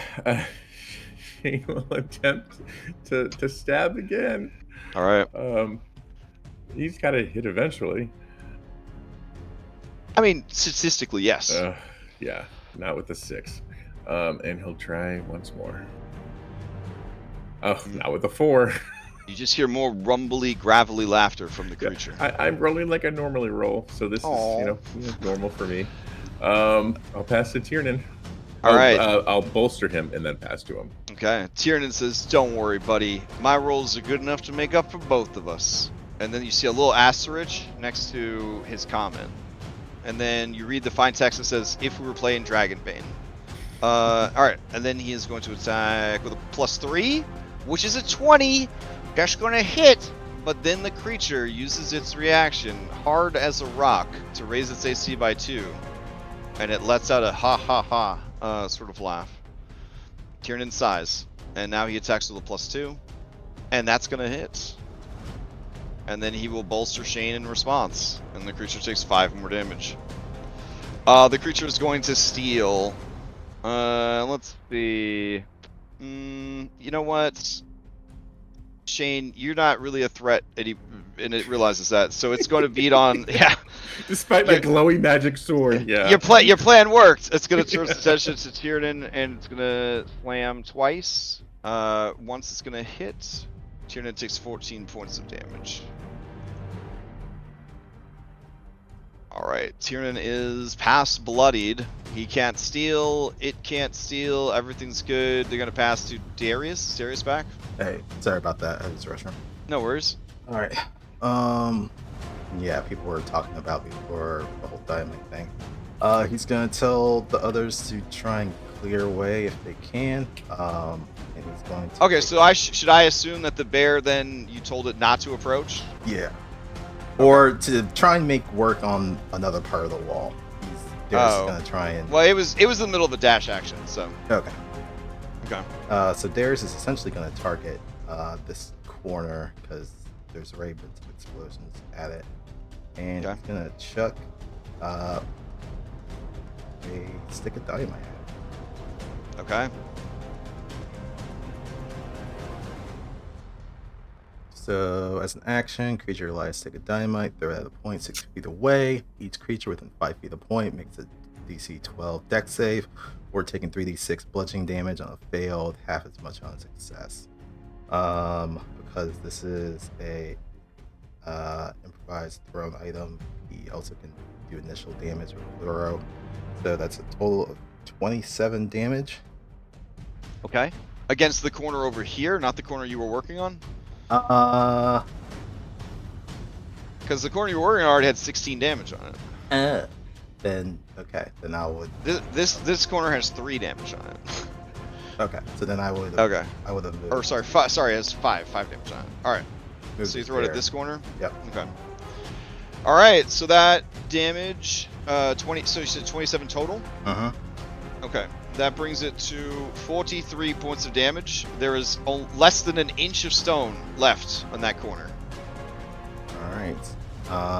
It looks like it's a full action, so that's everything I can do for that.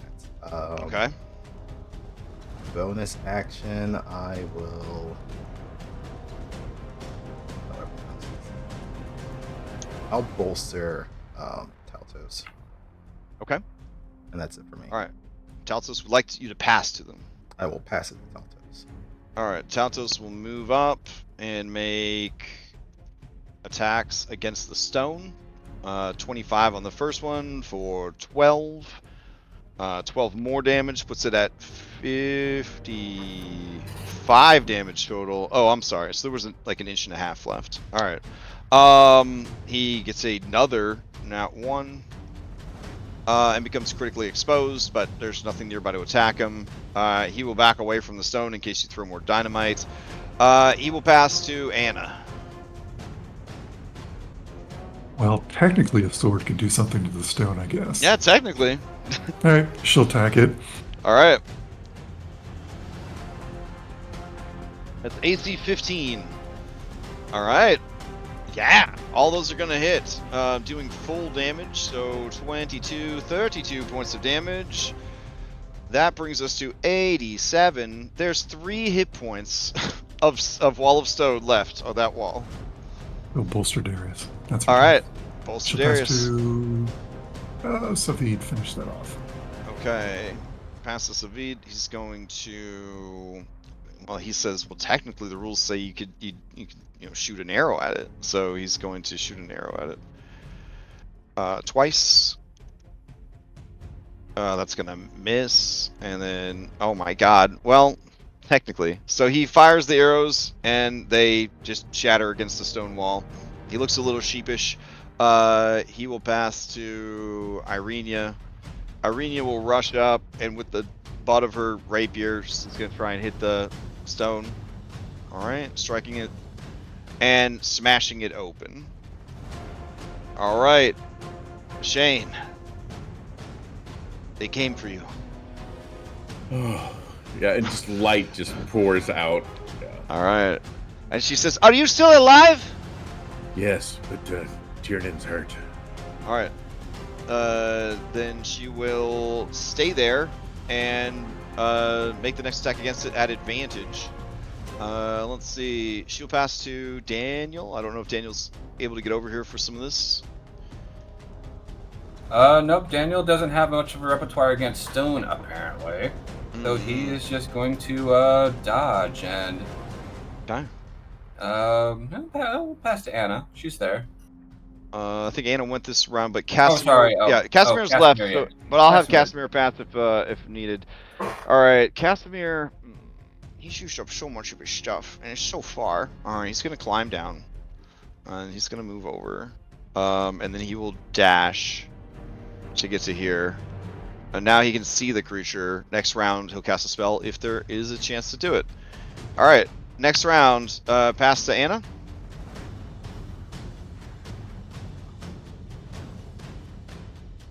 All right, Anna, it's you. Sure. Do I want to attack this thing and have it explode on everybody? I think that's on. No. It's like a D10 damage.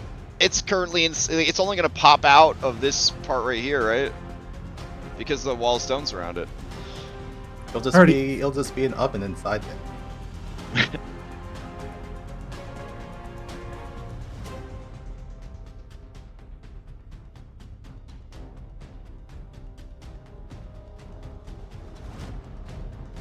Alright, let's see what we got here. 24 is gonna hit, 13 is not, even with a flank, and a natty 1. Alright. Creature takes some damage. There is a complication. Fickle luck, you gain misfortune, and the closest creature gains luck. So that's either the elemental or Irenia. Alright, first roll is the elemental, second roll is Irenia. Elemental gets luck. Here at Just what he needs. Here at the end. Here at the end, yeah. Okay. Bonus action will be we'll make it use help on it so somebody gets an advantage on it. Nice. Okay. And she'll move away. And it can steal, I guess. Yeah, creature's definitely gonna steal. Let's see. Alright. It has Stone Glide, so it is going to just walk through its own wall of stone, I guess. And as it emerges from its own wall of stone, it sees Irenia is there. It's going to target her, and it's going to attack twice with its slam attack. Both of those are going to miss. Alright, she's going to, or the elemental, excuse me, will pass to Tiernan. Tiernan will try to hit it. This is, first one is not bolstered, but it's going to hit. Second one does not hit. Damage, a little bit. He lets out a sigh. He passes to Shane. Okay. Shane will hit. He's bolstered. They'll get flank, I guess, from Irenia. So that's a +3. Surely he'll hit now. Let's see. Oh, Yeah, he yeah. does. All right. Finally. And this is a relatively physical creature, but I don't think there's any. Yeah, it is piercing effect. magic at least, if that makes sense. Yeah. No, it takes damage, and then. Yeah, and then he will attack once more before getting the heck out of there. 18? 18's not gonna do it. Okay, and then he will move. He'll stay within range. He just wants to be out of the wall. Mm-hmm. And he will pass to Darius. All right, Darius, to you. All right, Darius is gonna move up, target the elemental, and times. All right, with a +2 23. from numerous flanks. Okay, that's gonna hit, All right. and that is gonna hit, but it is now on its last legs. All right.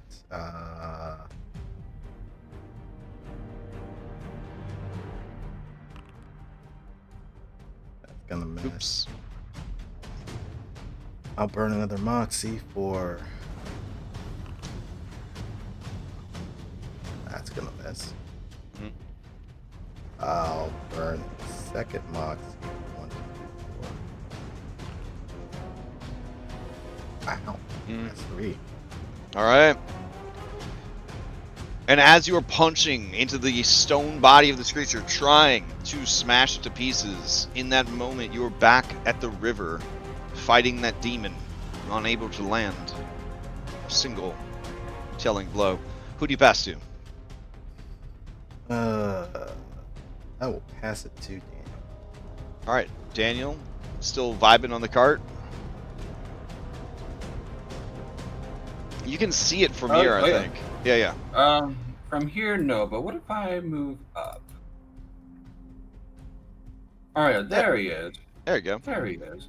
Okay, so yeah, lightning's no good, but he'll go with Old Faithful and toss a psychic thing at him. Nothing. And we'll spend that bonus action to try one more time, and nothing. Oof. Okay. Let's see. Complication. Fatigue. Give me a Constitution save. It is 15, I believe. No, APL. Oh my God. So it's 21 Constitution save. Again, 1 level of exhaustion, but only until the end of the combat, which is seconds away. All right. Okay. You got Irenia, you got Taltos, and you got Savid, and you've got Kesimir. Let's go Casimir. All right. That's him. Let's see. Casimir's up. He will use Ray of Frost. Oh my God. So many 20s and 1s. Oh my God. All right. He'll pass to Irenia. Irenia will. She doesn't have anything magical to attack it with. But she is carrying the Heart of Summer. At least it says on her character sheet. Yep. So she will set a bonfire underneath it.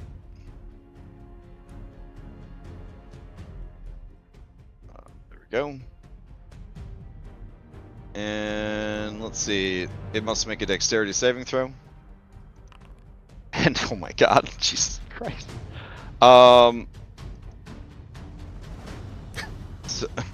So God notices it's it gives it inspiration. Why the fuck not? All right.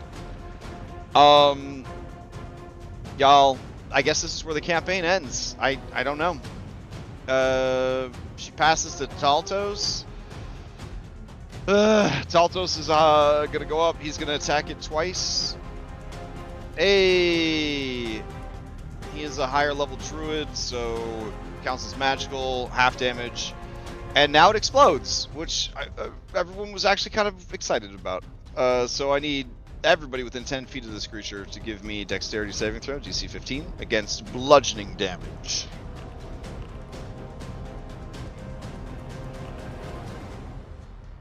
Alright. Shane, Savid, you both pass. Irenia passes. Okay. And Bear passes. Alright. So whoever didn't pass, you take 7 points of damage. Yeah. And that ends the combat, unless anybody is dying, which I don't think they are. There was some extremely smart plays there to keep the druid alive. I will say that. You guys okay with leaving initiative? Yes, please. All right.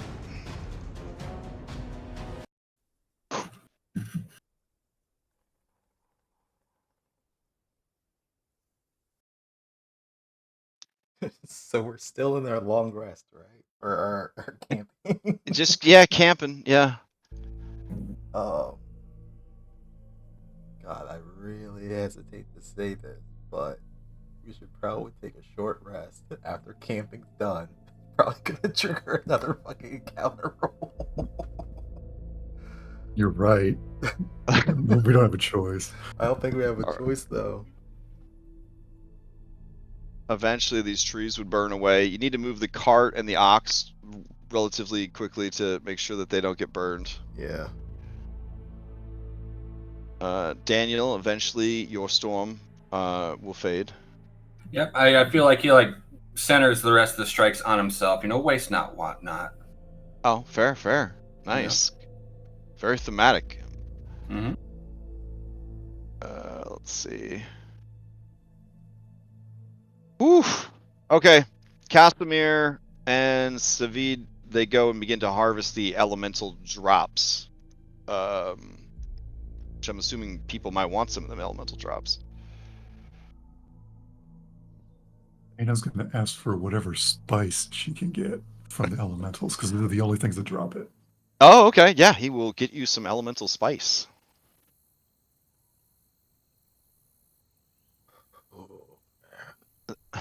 Irenia says, it's been a long night.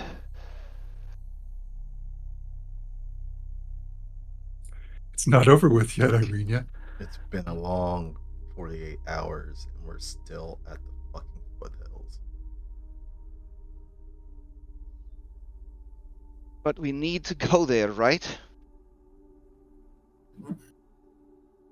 Yeah. Oh, and I gave you arcane dust. Sorry, I meant to give you elemental spice. They look the same. There you go.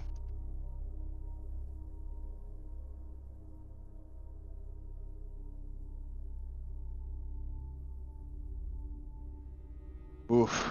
We should rest up. It's gonna be rough. The ox blows out a raspberry and just fucking falls over.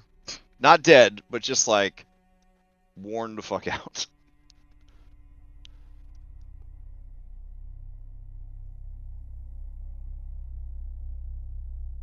Alright, can somebody give me a d4 plus 1 and call out the number? 3. 3, thank you.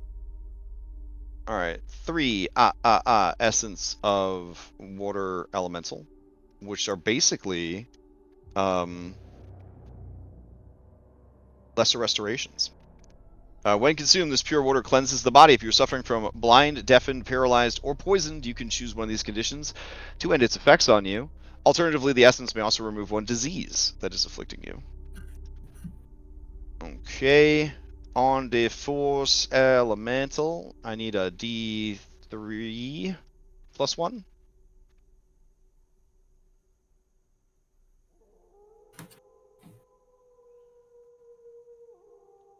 Okay. Alright. Just call out the number after you roll it. D3 Wait. plus 1. Oh, D3. Yep. Another 3. Another 3. Okay.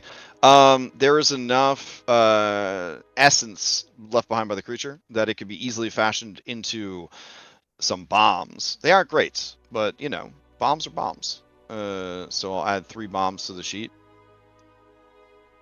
So Casimir is essentially working with his, guide slash bodyguard slash apprentice, and together the two of them are harvesting and making this stuff. You are, they're way up the mountain. So if you guys need any of the things that they are making, like he says, to tell them if you need any of this stuff. I'll gladly All right. take those bombs. I need a d4 plus 1 for chunks of earth. 2. 2. Okay, so 2 chunks of earth essence. Let's see.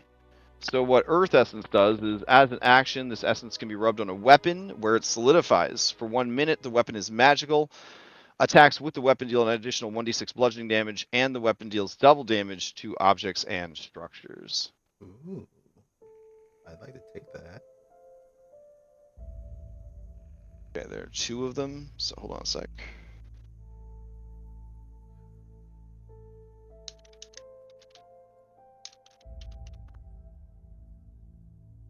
This one sadly was not in the compendium, so I have to build it real quick.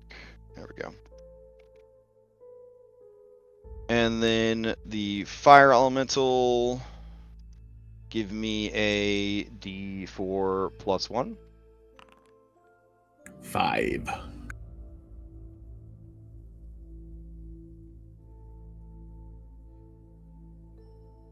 Five. Oh, damn. Okay. Alright, so this is 5 vials of fire essence. This liquid glows in the dark, shedding bright light in a 10-foot radius and dim light for another 10 feet, if not covered. As an action, the essence can be applied to a weapon made of metal and imbue it with magical fire. For 1 minute, when the weapon hits a target, it deals just a 1d6 fire damage. And then after a minute, it evaporates.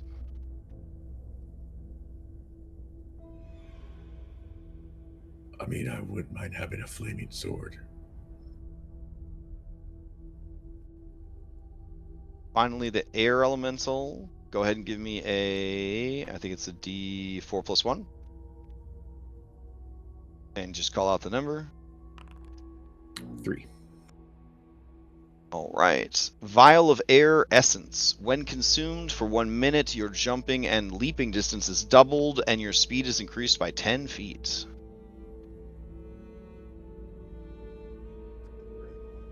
And for this one, it's some real, like, NPC bullshit. Like, he basically, like, pulls the lingering essence, like, out of the air, and, like, you know, it condenses inside, like, a vial, and all that kind of stuff.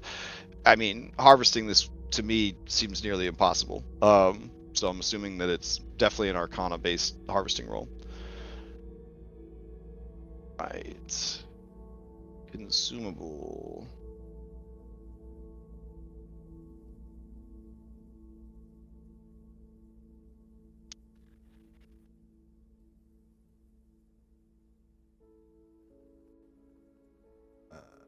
I'm not sure where these are all going, but probably just throw them. They're going into yeah, they were going into Casimir, so Okay. yeah, but I'll put them onto you guys. That makes more sense. Or throw them onto the cart and we'll just pick them from when necessary. All right. And how many air essence was there? 3? 3. Okay.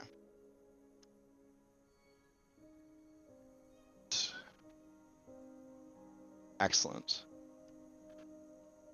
Oof. Okay. Well, you guys are welcome to do what you need to do. This is going to be what these 2 NPCs are doing for the rest of the camp. But if you guys need some sleep and whatnot, makes sense. I can't even remember. It's like 4 o'clock in the morning. We still have like what, 1 or 2 more hours in our camp, Yep. and then I guess we'll take a short rest right after that. So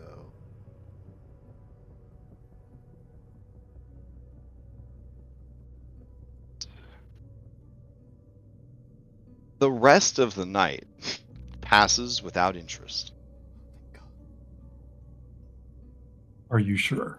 Yeah, because I have, because I rolled all of the stuff last week, and then we've just been working through it. This was the last one.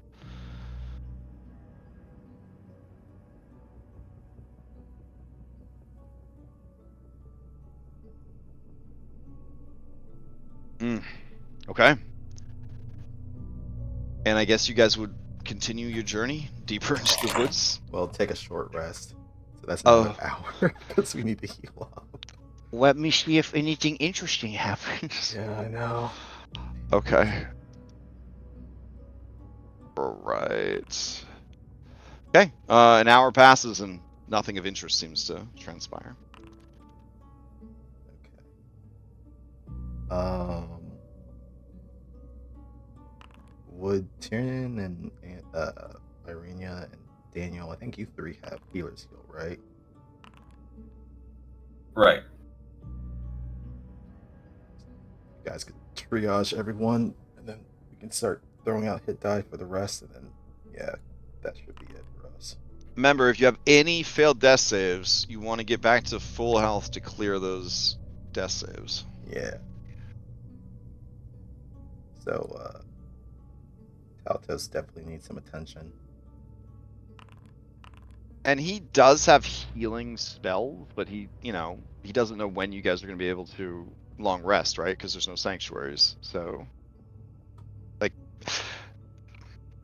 you can definitely feel, well, at least I guess Tiernan could, and he might communicate it to Darius and Daniel. Yeah, Shane too. That he'll tell it to everybody. While Castamir's off doing his own thing, Tiernan will say that the old man, he seems pretty, I don't know, he seems pretty pissed about using magic. I'm not sure if he only has so much left or what. 'Cause I guess nobody would really know how wizard magic works, right? In D&D. No. I mean, the only other magic caster we kind of ran into was Ez. Mm-hmm.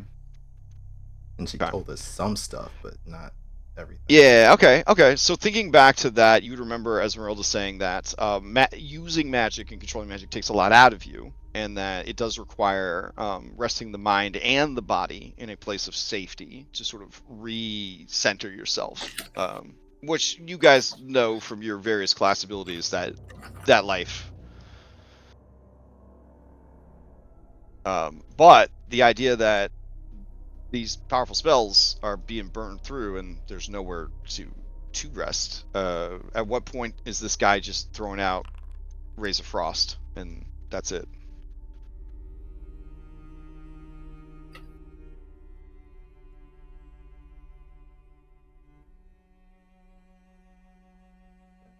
All right.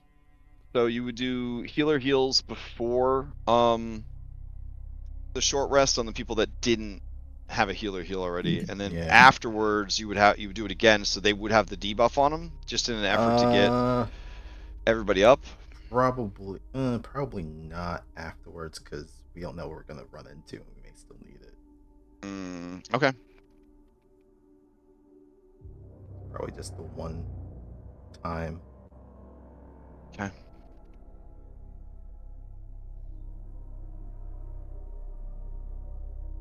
This is gonna be a long journey. Fair enough. And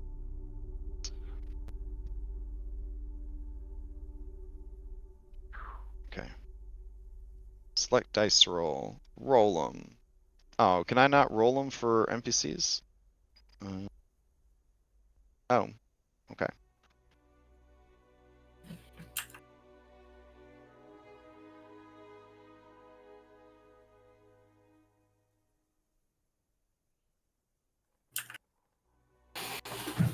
Ah, okay. Interesting. All right.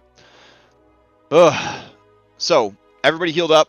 Everybody ready to go. I guess Tiernan needs some healing. There's one last thing we have to do, according to my notes, while you guys were sleeping. So I need everybody to give me a roll off. This is for a bad effect. So Shane, I think you just don't have to roll, right? I get two, basically two die, and you pick whichever one is more advantageous. All right, so everybody give me a roll off. You don't want to win this one. All right, 16 from Daniel, 3 from Shane. Okay. 9 from Darius, 18 from Anna, and I'll roll for Tiernan real quick. All right, Anna, give me a D10 roll. Okay, so your max HP drops by 2, but you can earn a DM inspiration if you describe to us the horrifying nightmares that were visited upon you while you attempted some manner of rest during all of this. You would wake up in this bloodied campsite utterly alone. Oh, shit. They left her. And she's listens, doesn't hear anything. All she hears is the Wilderness sounds in the snow. She doesn't see any tracks. They're just gone.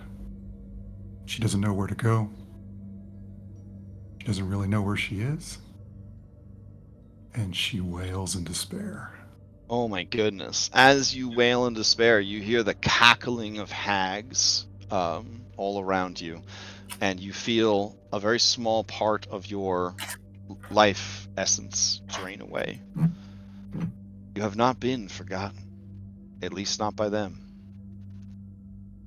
And then you would rise from your revenant stupor, and your allies are still there.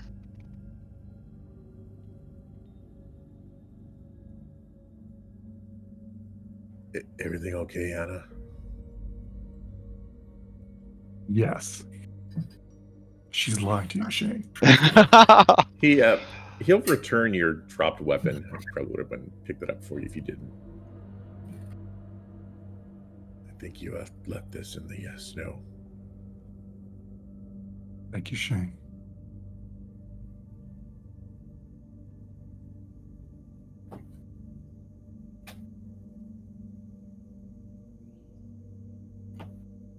Okay.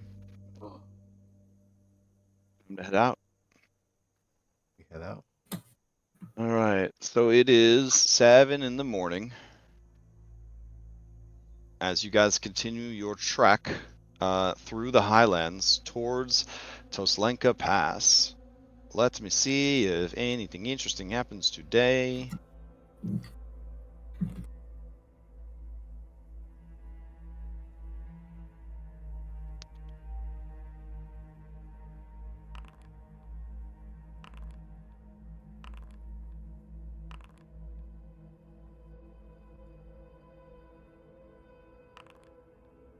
Oh, shitty weather. Okay. So a couple minutes into traveling, the the random encounter shitty weather takes place. Okay, so according to this document, that would be a blizzard. Okay. You have some options. You can try to make a nature check or survival to find a place to hole up and wait out the storm, or you could continue through the storm. But in doing so, you are dealing with strong winds, heavy precipitation, as well as reduced travel speed, and the nature of the blizzard. Unless you have a magical or natural resistance to cold, your cold weather gear will not provide the full coverage that you need, so constitution saves while traveling will still be needed. Though if they were made without cold weather gear, those checks would be at disadvantage. So the question here is, do you want to seek out shelter and wait out the blizzard, or do you want to march through it? And I will ask Shane and Tiernan, since they're the trailblazers, what would be the best path? Yeah, I mean, my survival is decent. Okay. Yeah, Tiernan says, we have a small boy with us. We can't be forcing him to march through a blizzard. When he says that, you guys hear Irene go, oh, off in the distance. What a man! That's not what she says, but you kind of get the sense that, He's definitely father material. oh my goodness. Ugh. I assume Tiernan may have proficiency in survival as well, and probably has a higher wisdom. So He do got a high wisdom. This guy assumed that in Curse of Strahd you would need to have a good constitution and a good wisdom. if his survival's more than +7, I'll just help him with his check. Then. All right, his is a +8, so you're gonna attempt to find shelter. Oh my goodness, yes. With this check, you guys are able to find a cave.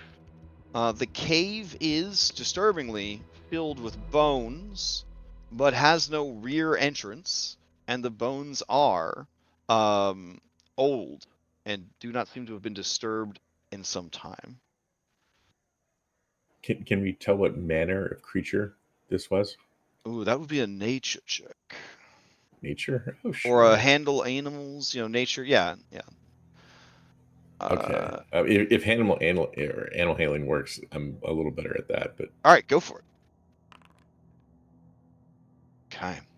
So the two of you, team survival, you're looking at the bones.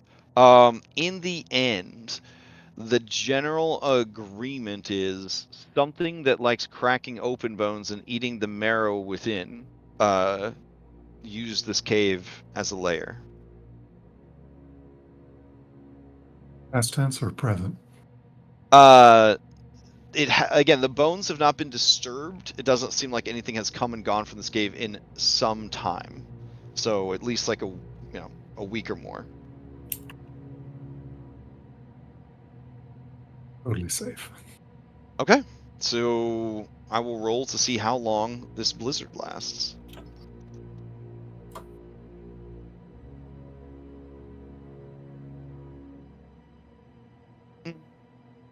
Okay, so 1d6 plus 2 hours.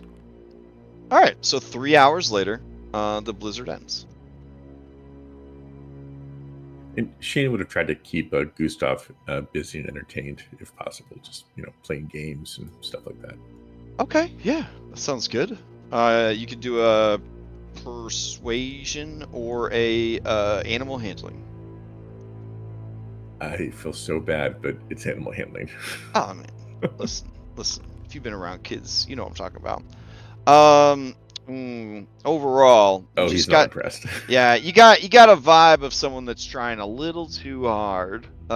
He tells you after one game, I need to rest. And Oh yeah, sure. yeah, No worries, kid. okay. All right. Let's see your progress up the mountain here. You For the time that we were in the cave, would that have been enough to at least kind of do a little bit of fixing on the wagon? Because it seemed to have Yeah, taken you were some in the damage. cave for 3 hours, so definitely if you want to do something with your 3 hours, you can. Yeah, I would have taken a look at the wagon just to make sure that it's still quite functional, not too badly damaged. All right.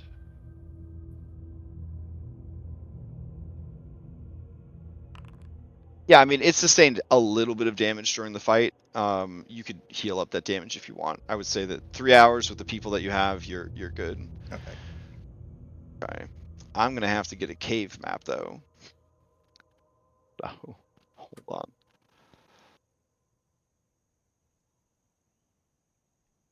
Dude, do I even have this monster? Let me see. I mean, there's no monster. It's fine. Everything's good.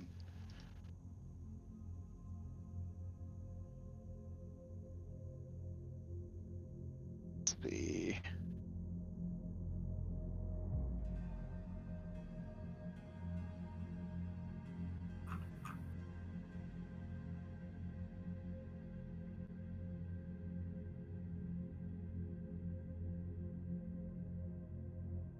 Hmm.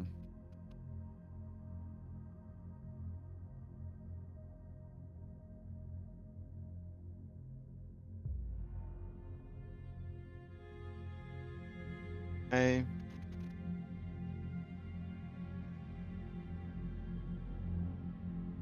All right. So, at a certain point, while resting in this cave, I was rolling checks every hour, but they were at advantage, which is to say, rolling twice and taking the better result. Both because of the blizzard and because you were in the cave. So for the 3 hours that you were in there, however, you did have an encounter, and the encounter was a creature that would very much like to know why you are in its cave. Um, Maybe this could be handled without combat because there are a great many of you. All right, so let's see. This creature Oh. looms in the entrance to the cave. It stands about 15 feet tall, not counting its many horns that protrude from its head. Its fur is stained brown and rust-colored with so much blood. You guys, from like the real world, right? You can give me a DC 10, history to see if you recognize this monster. And then people not from Earth, you can give me a DC 15, history or nature to see if you know what it is. Damn, guys. All right. Anna, Darius, Shane, and Daniel, you are unable to make sense of what this lumbering, hairy creature is. You are left to your own roleplay devices, of course. And the creature kind of cocks its head, and you see just like frost kind of coming out of its nostrils. It looks at all of you, and its eyes settle on the big, juicy ox that you have. Darius steps in front of the ox. Okay. The creature puffs out its chest, trying to look very intimidating. Most things are.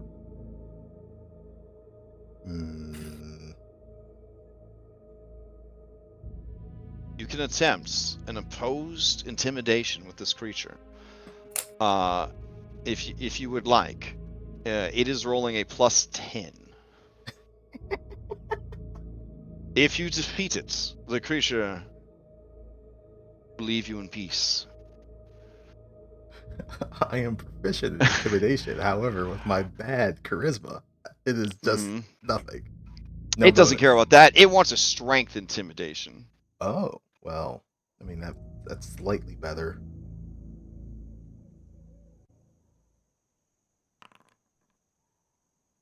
Oh, that's pretty good. All right, so it's 25. All right.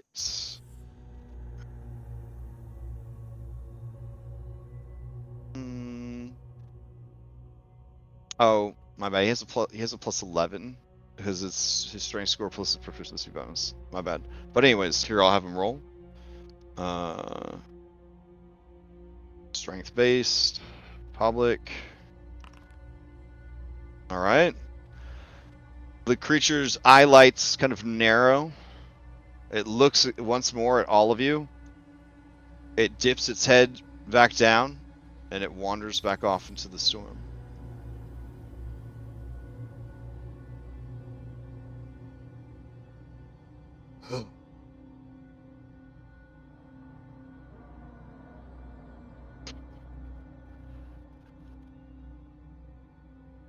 Darius just looks at Casimir and says, "This place sucks."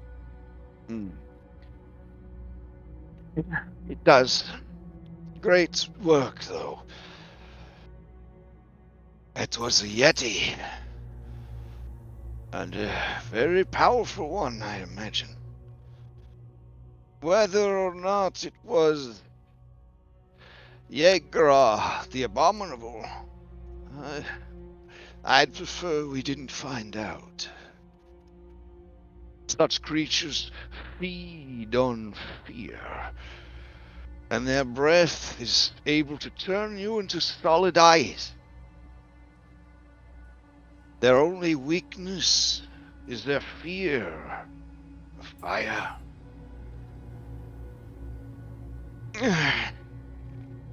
They do possess a ravenous hunger.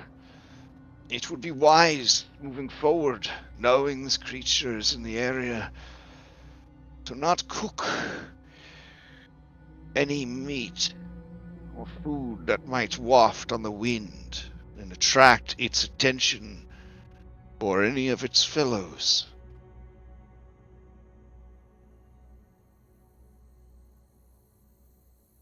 It's also worth mentioning, as this thing exited back into the snow, it almost seemed to vanish into the snowstorm.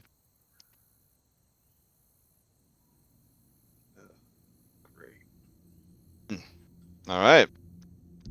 The storm fades, and then you only While we have. have a captive audience, Anna would bring this up with everyone here, and she looks at Casimir and says, "Now that we're on our way to the temple, why don't you tell us what we're going to do when we get there?" Well, I thought I already told you. That was part of why we agreed to make this journey.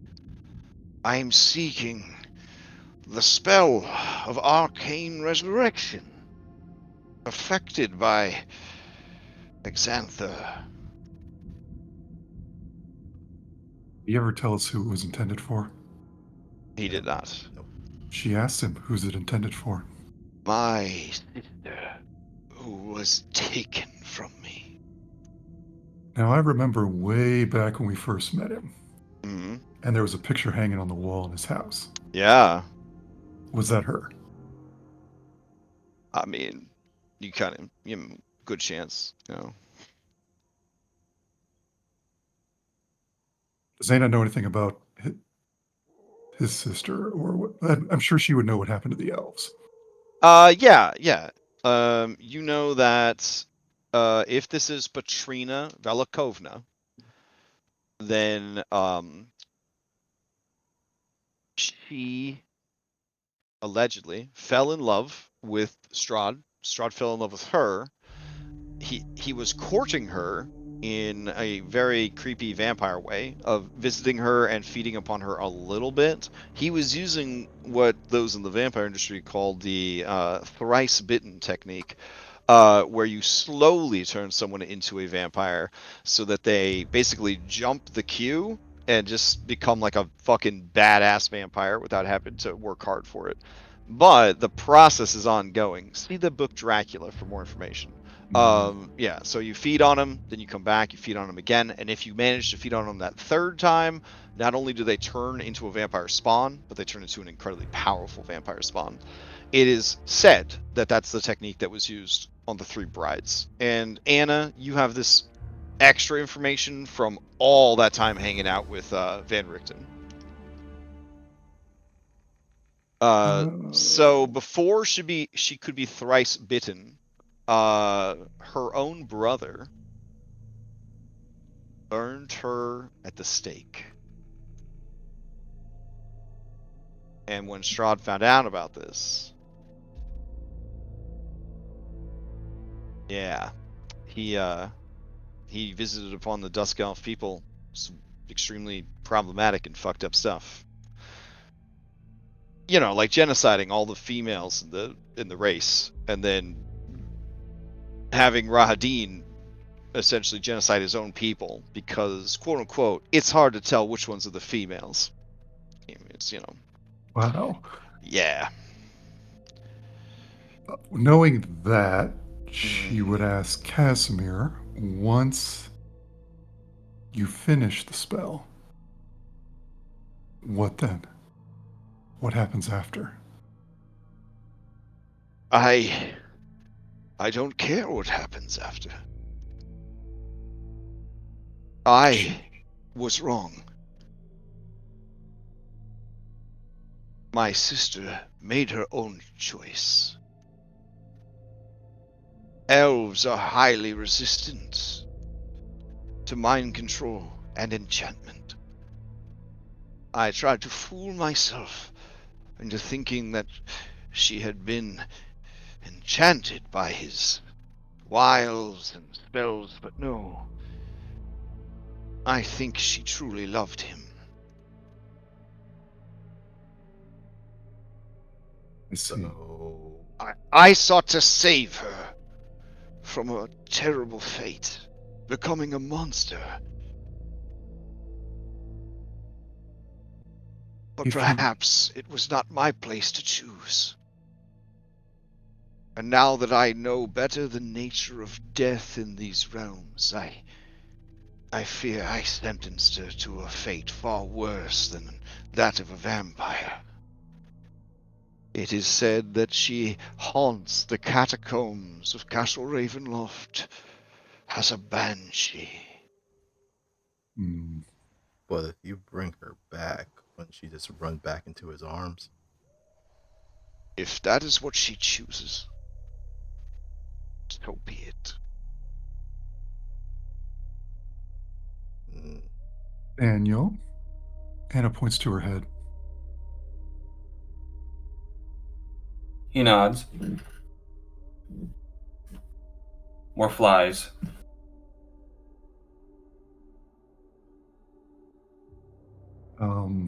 Would you connect minds with Anna, please?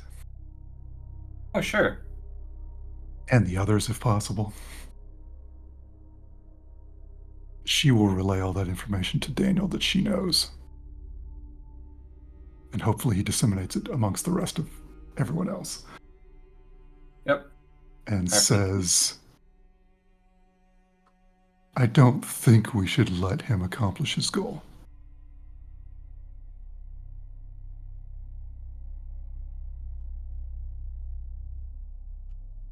I don't want him to have more allies.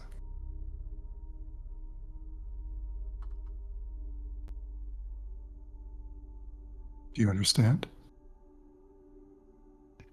Yep, he'll relay that, but he'll also add it's like it could be a good distraction, at least for a little while.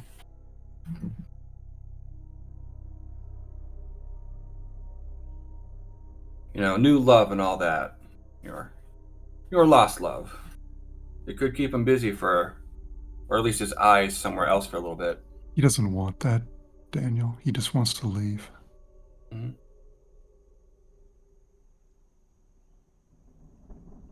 We shouldn't let him accomplish his goal. Oh, that's so beautiful, Daniel. Mm-hmm. You're difficult to look at anymore. Mm. Oh, there's something missing in his eyes, though. You know, that I think would be. You got that skeleton vibe, bro. 2 pinpoints of light in the hollow sockets of darkness. Some people pay a lot of money for that look. I'm just saying. Mm-hmm. Daniel, when Casimir has been exhausted, I will finish him.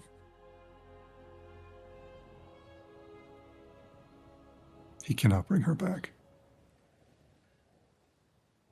Now this is only between Daniel and Anna. If Daniel, right? if Daniel tells everybody, that's up Okay. to him. All right, fair Well, enough. But he'll give her the slightest of nods. Fine. She'll just Because leave it at that. if I recall, part of the appeal for others was that Casimir promised to use the spell to bring anyone back that you wanted. You guys would have power over life and death. Oh, he can do it more than once. Yeah, that Ooh. was the package. Like that was this big sell to you guys, was that he would be able to, once he mastered this magic, he would be able to bring people back from the dead. IRA of getting a certain person whispering that in my ear. But I guess a different source of it isn't a bad thing.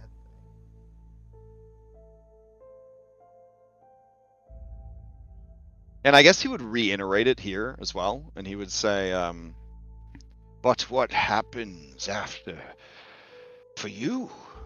Well, that is whatever you choose. With this magic, we will have power over death. We can bring back those whose souls are trapped or taken from us. Assuming, of course, they haven't been rehomed to new lives. And as he says this, Irenia looks away. Hmm.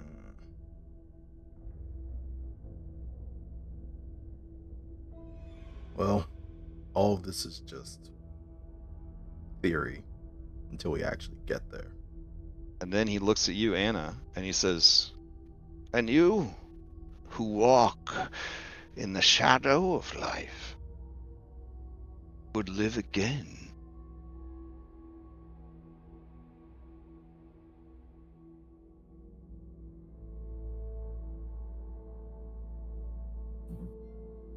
I don't know. She's been dead a long time.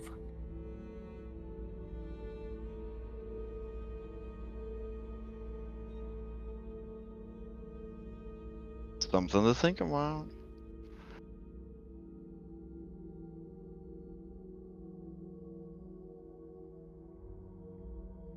We should keep moving.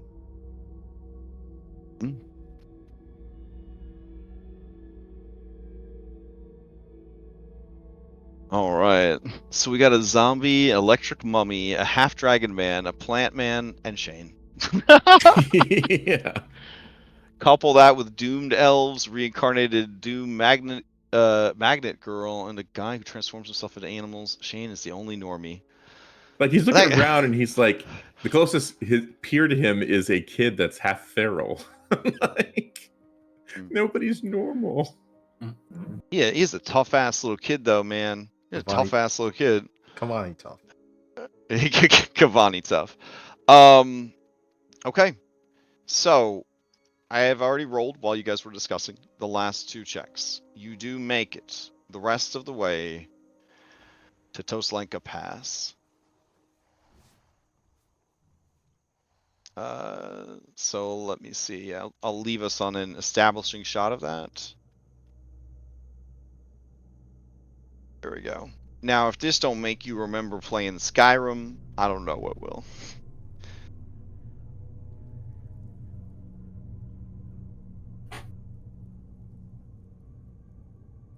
All right. And because of your delay, you will of course arrive at sunset. Womp womp. Oof. Okay. Take you over to the playa dashboard. Let's see. Throw this back. Oops. Place this. Yeah. And move you guys back onto it. And you guys get another bumper sticker. You guys are so in the lead for bumper stickers. You're like Lewis and Clark, just exploring America. Look at this. Look at this. A path to victory. Toslenka Pass. Definitely looks like a path to victory to me. The ominous greenish teal light of necromantic energy feels like the path to victory. Man, look at those fancy adventurers. They're on the path to victory. That could be you think, looking at the bumper sticker. That could be us on the path to victory. Yeah. One of you has to have a little, like, old school ranger hat, like a Robin Hood hat with a little feather in it. Good stuff. Oh, all right. Well, congrats. You were the first group to make it this far up the mountain. Next session, we will explore and traverse Toslenka Pass, and then the lands beyond. According to Gustav, the entrance to the Path of the Aspirant is on the other side of this bridge, in sort of a hidden cave entrance in the side of the mountain near a waterfall. So if you are intent on taking the Path of the Aspirant, you still need to make it past this area. But then you get to just shortcut your way up the mountain and play a warp pipe sound effect, and you're there. Sure, there's nothing in that cave that's going to cause you any trouble. Yep. All right. So with all that sorted and settled, we come to a close of the session. All right. Quick announcements. There's no Dragon's Bane for the next 3 weeks. That includes today. Didn't have a group form for today, and then really busy the next couple of Sundays. Doesn't mean I'm done playing Dragonbane. If I can get some people together to play, we'll keep playing. I found the system to be pretty fun and interesting, and it definitely told some pretty rad stories in a very short amount of time. Mythic Odyssey tonight. Regular schedule the rest of the week, except no Kingmaker prep on Tuesday. And next Saturday, we're going to play some Tales of the Loop, which is basically like Stranger Things if there were also aliens, robots, and dinosaurs. So if you're interested in that, we'll be streaming that next Saturday. Anyone have any other announcements?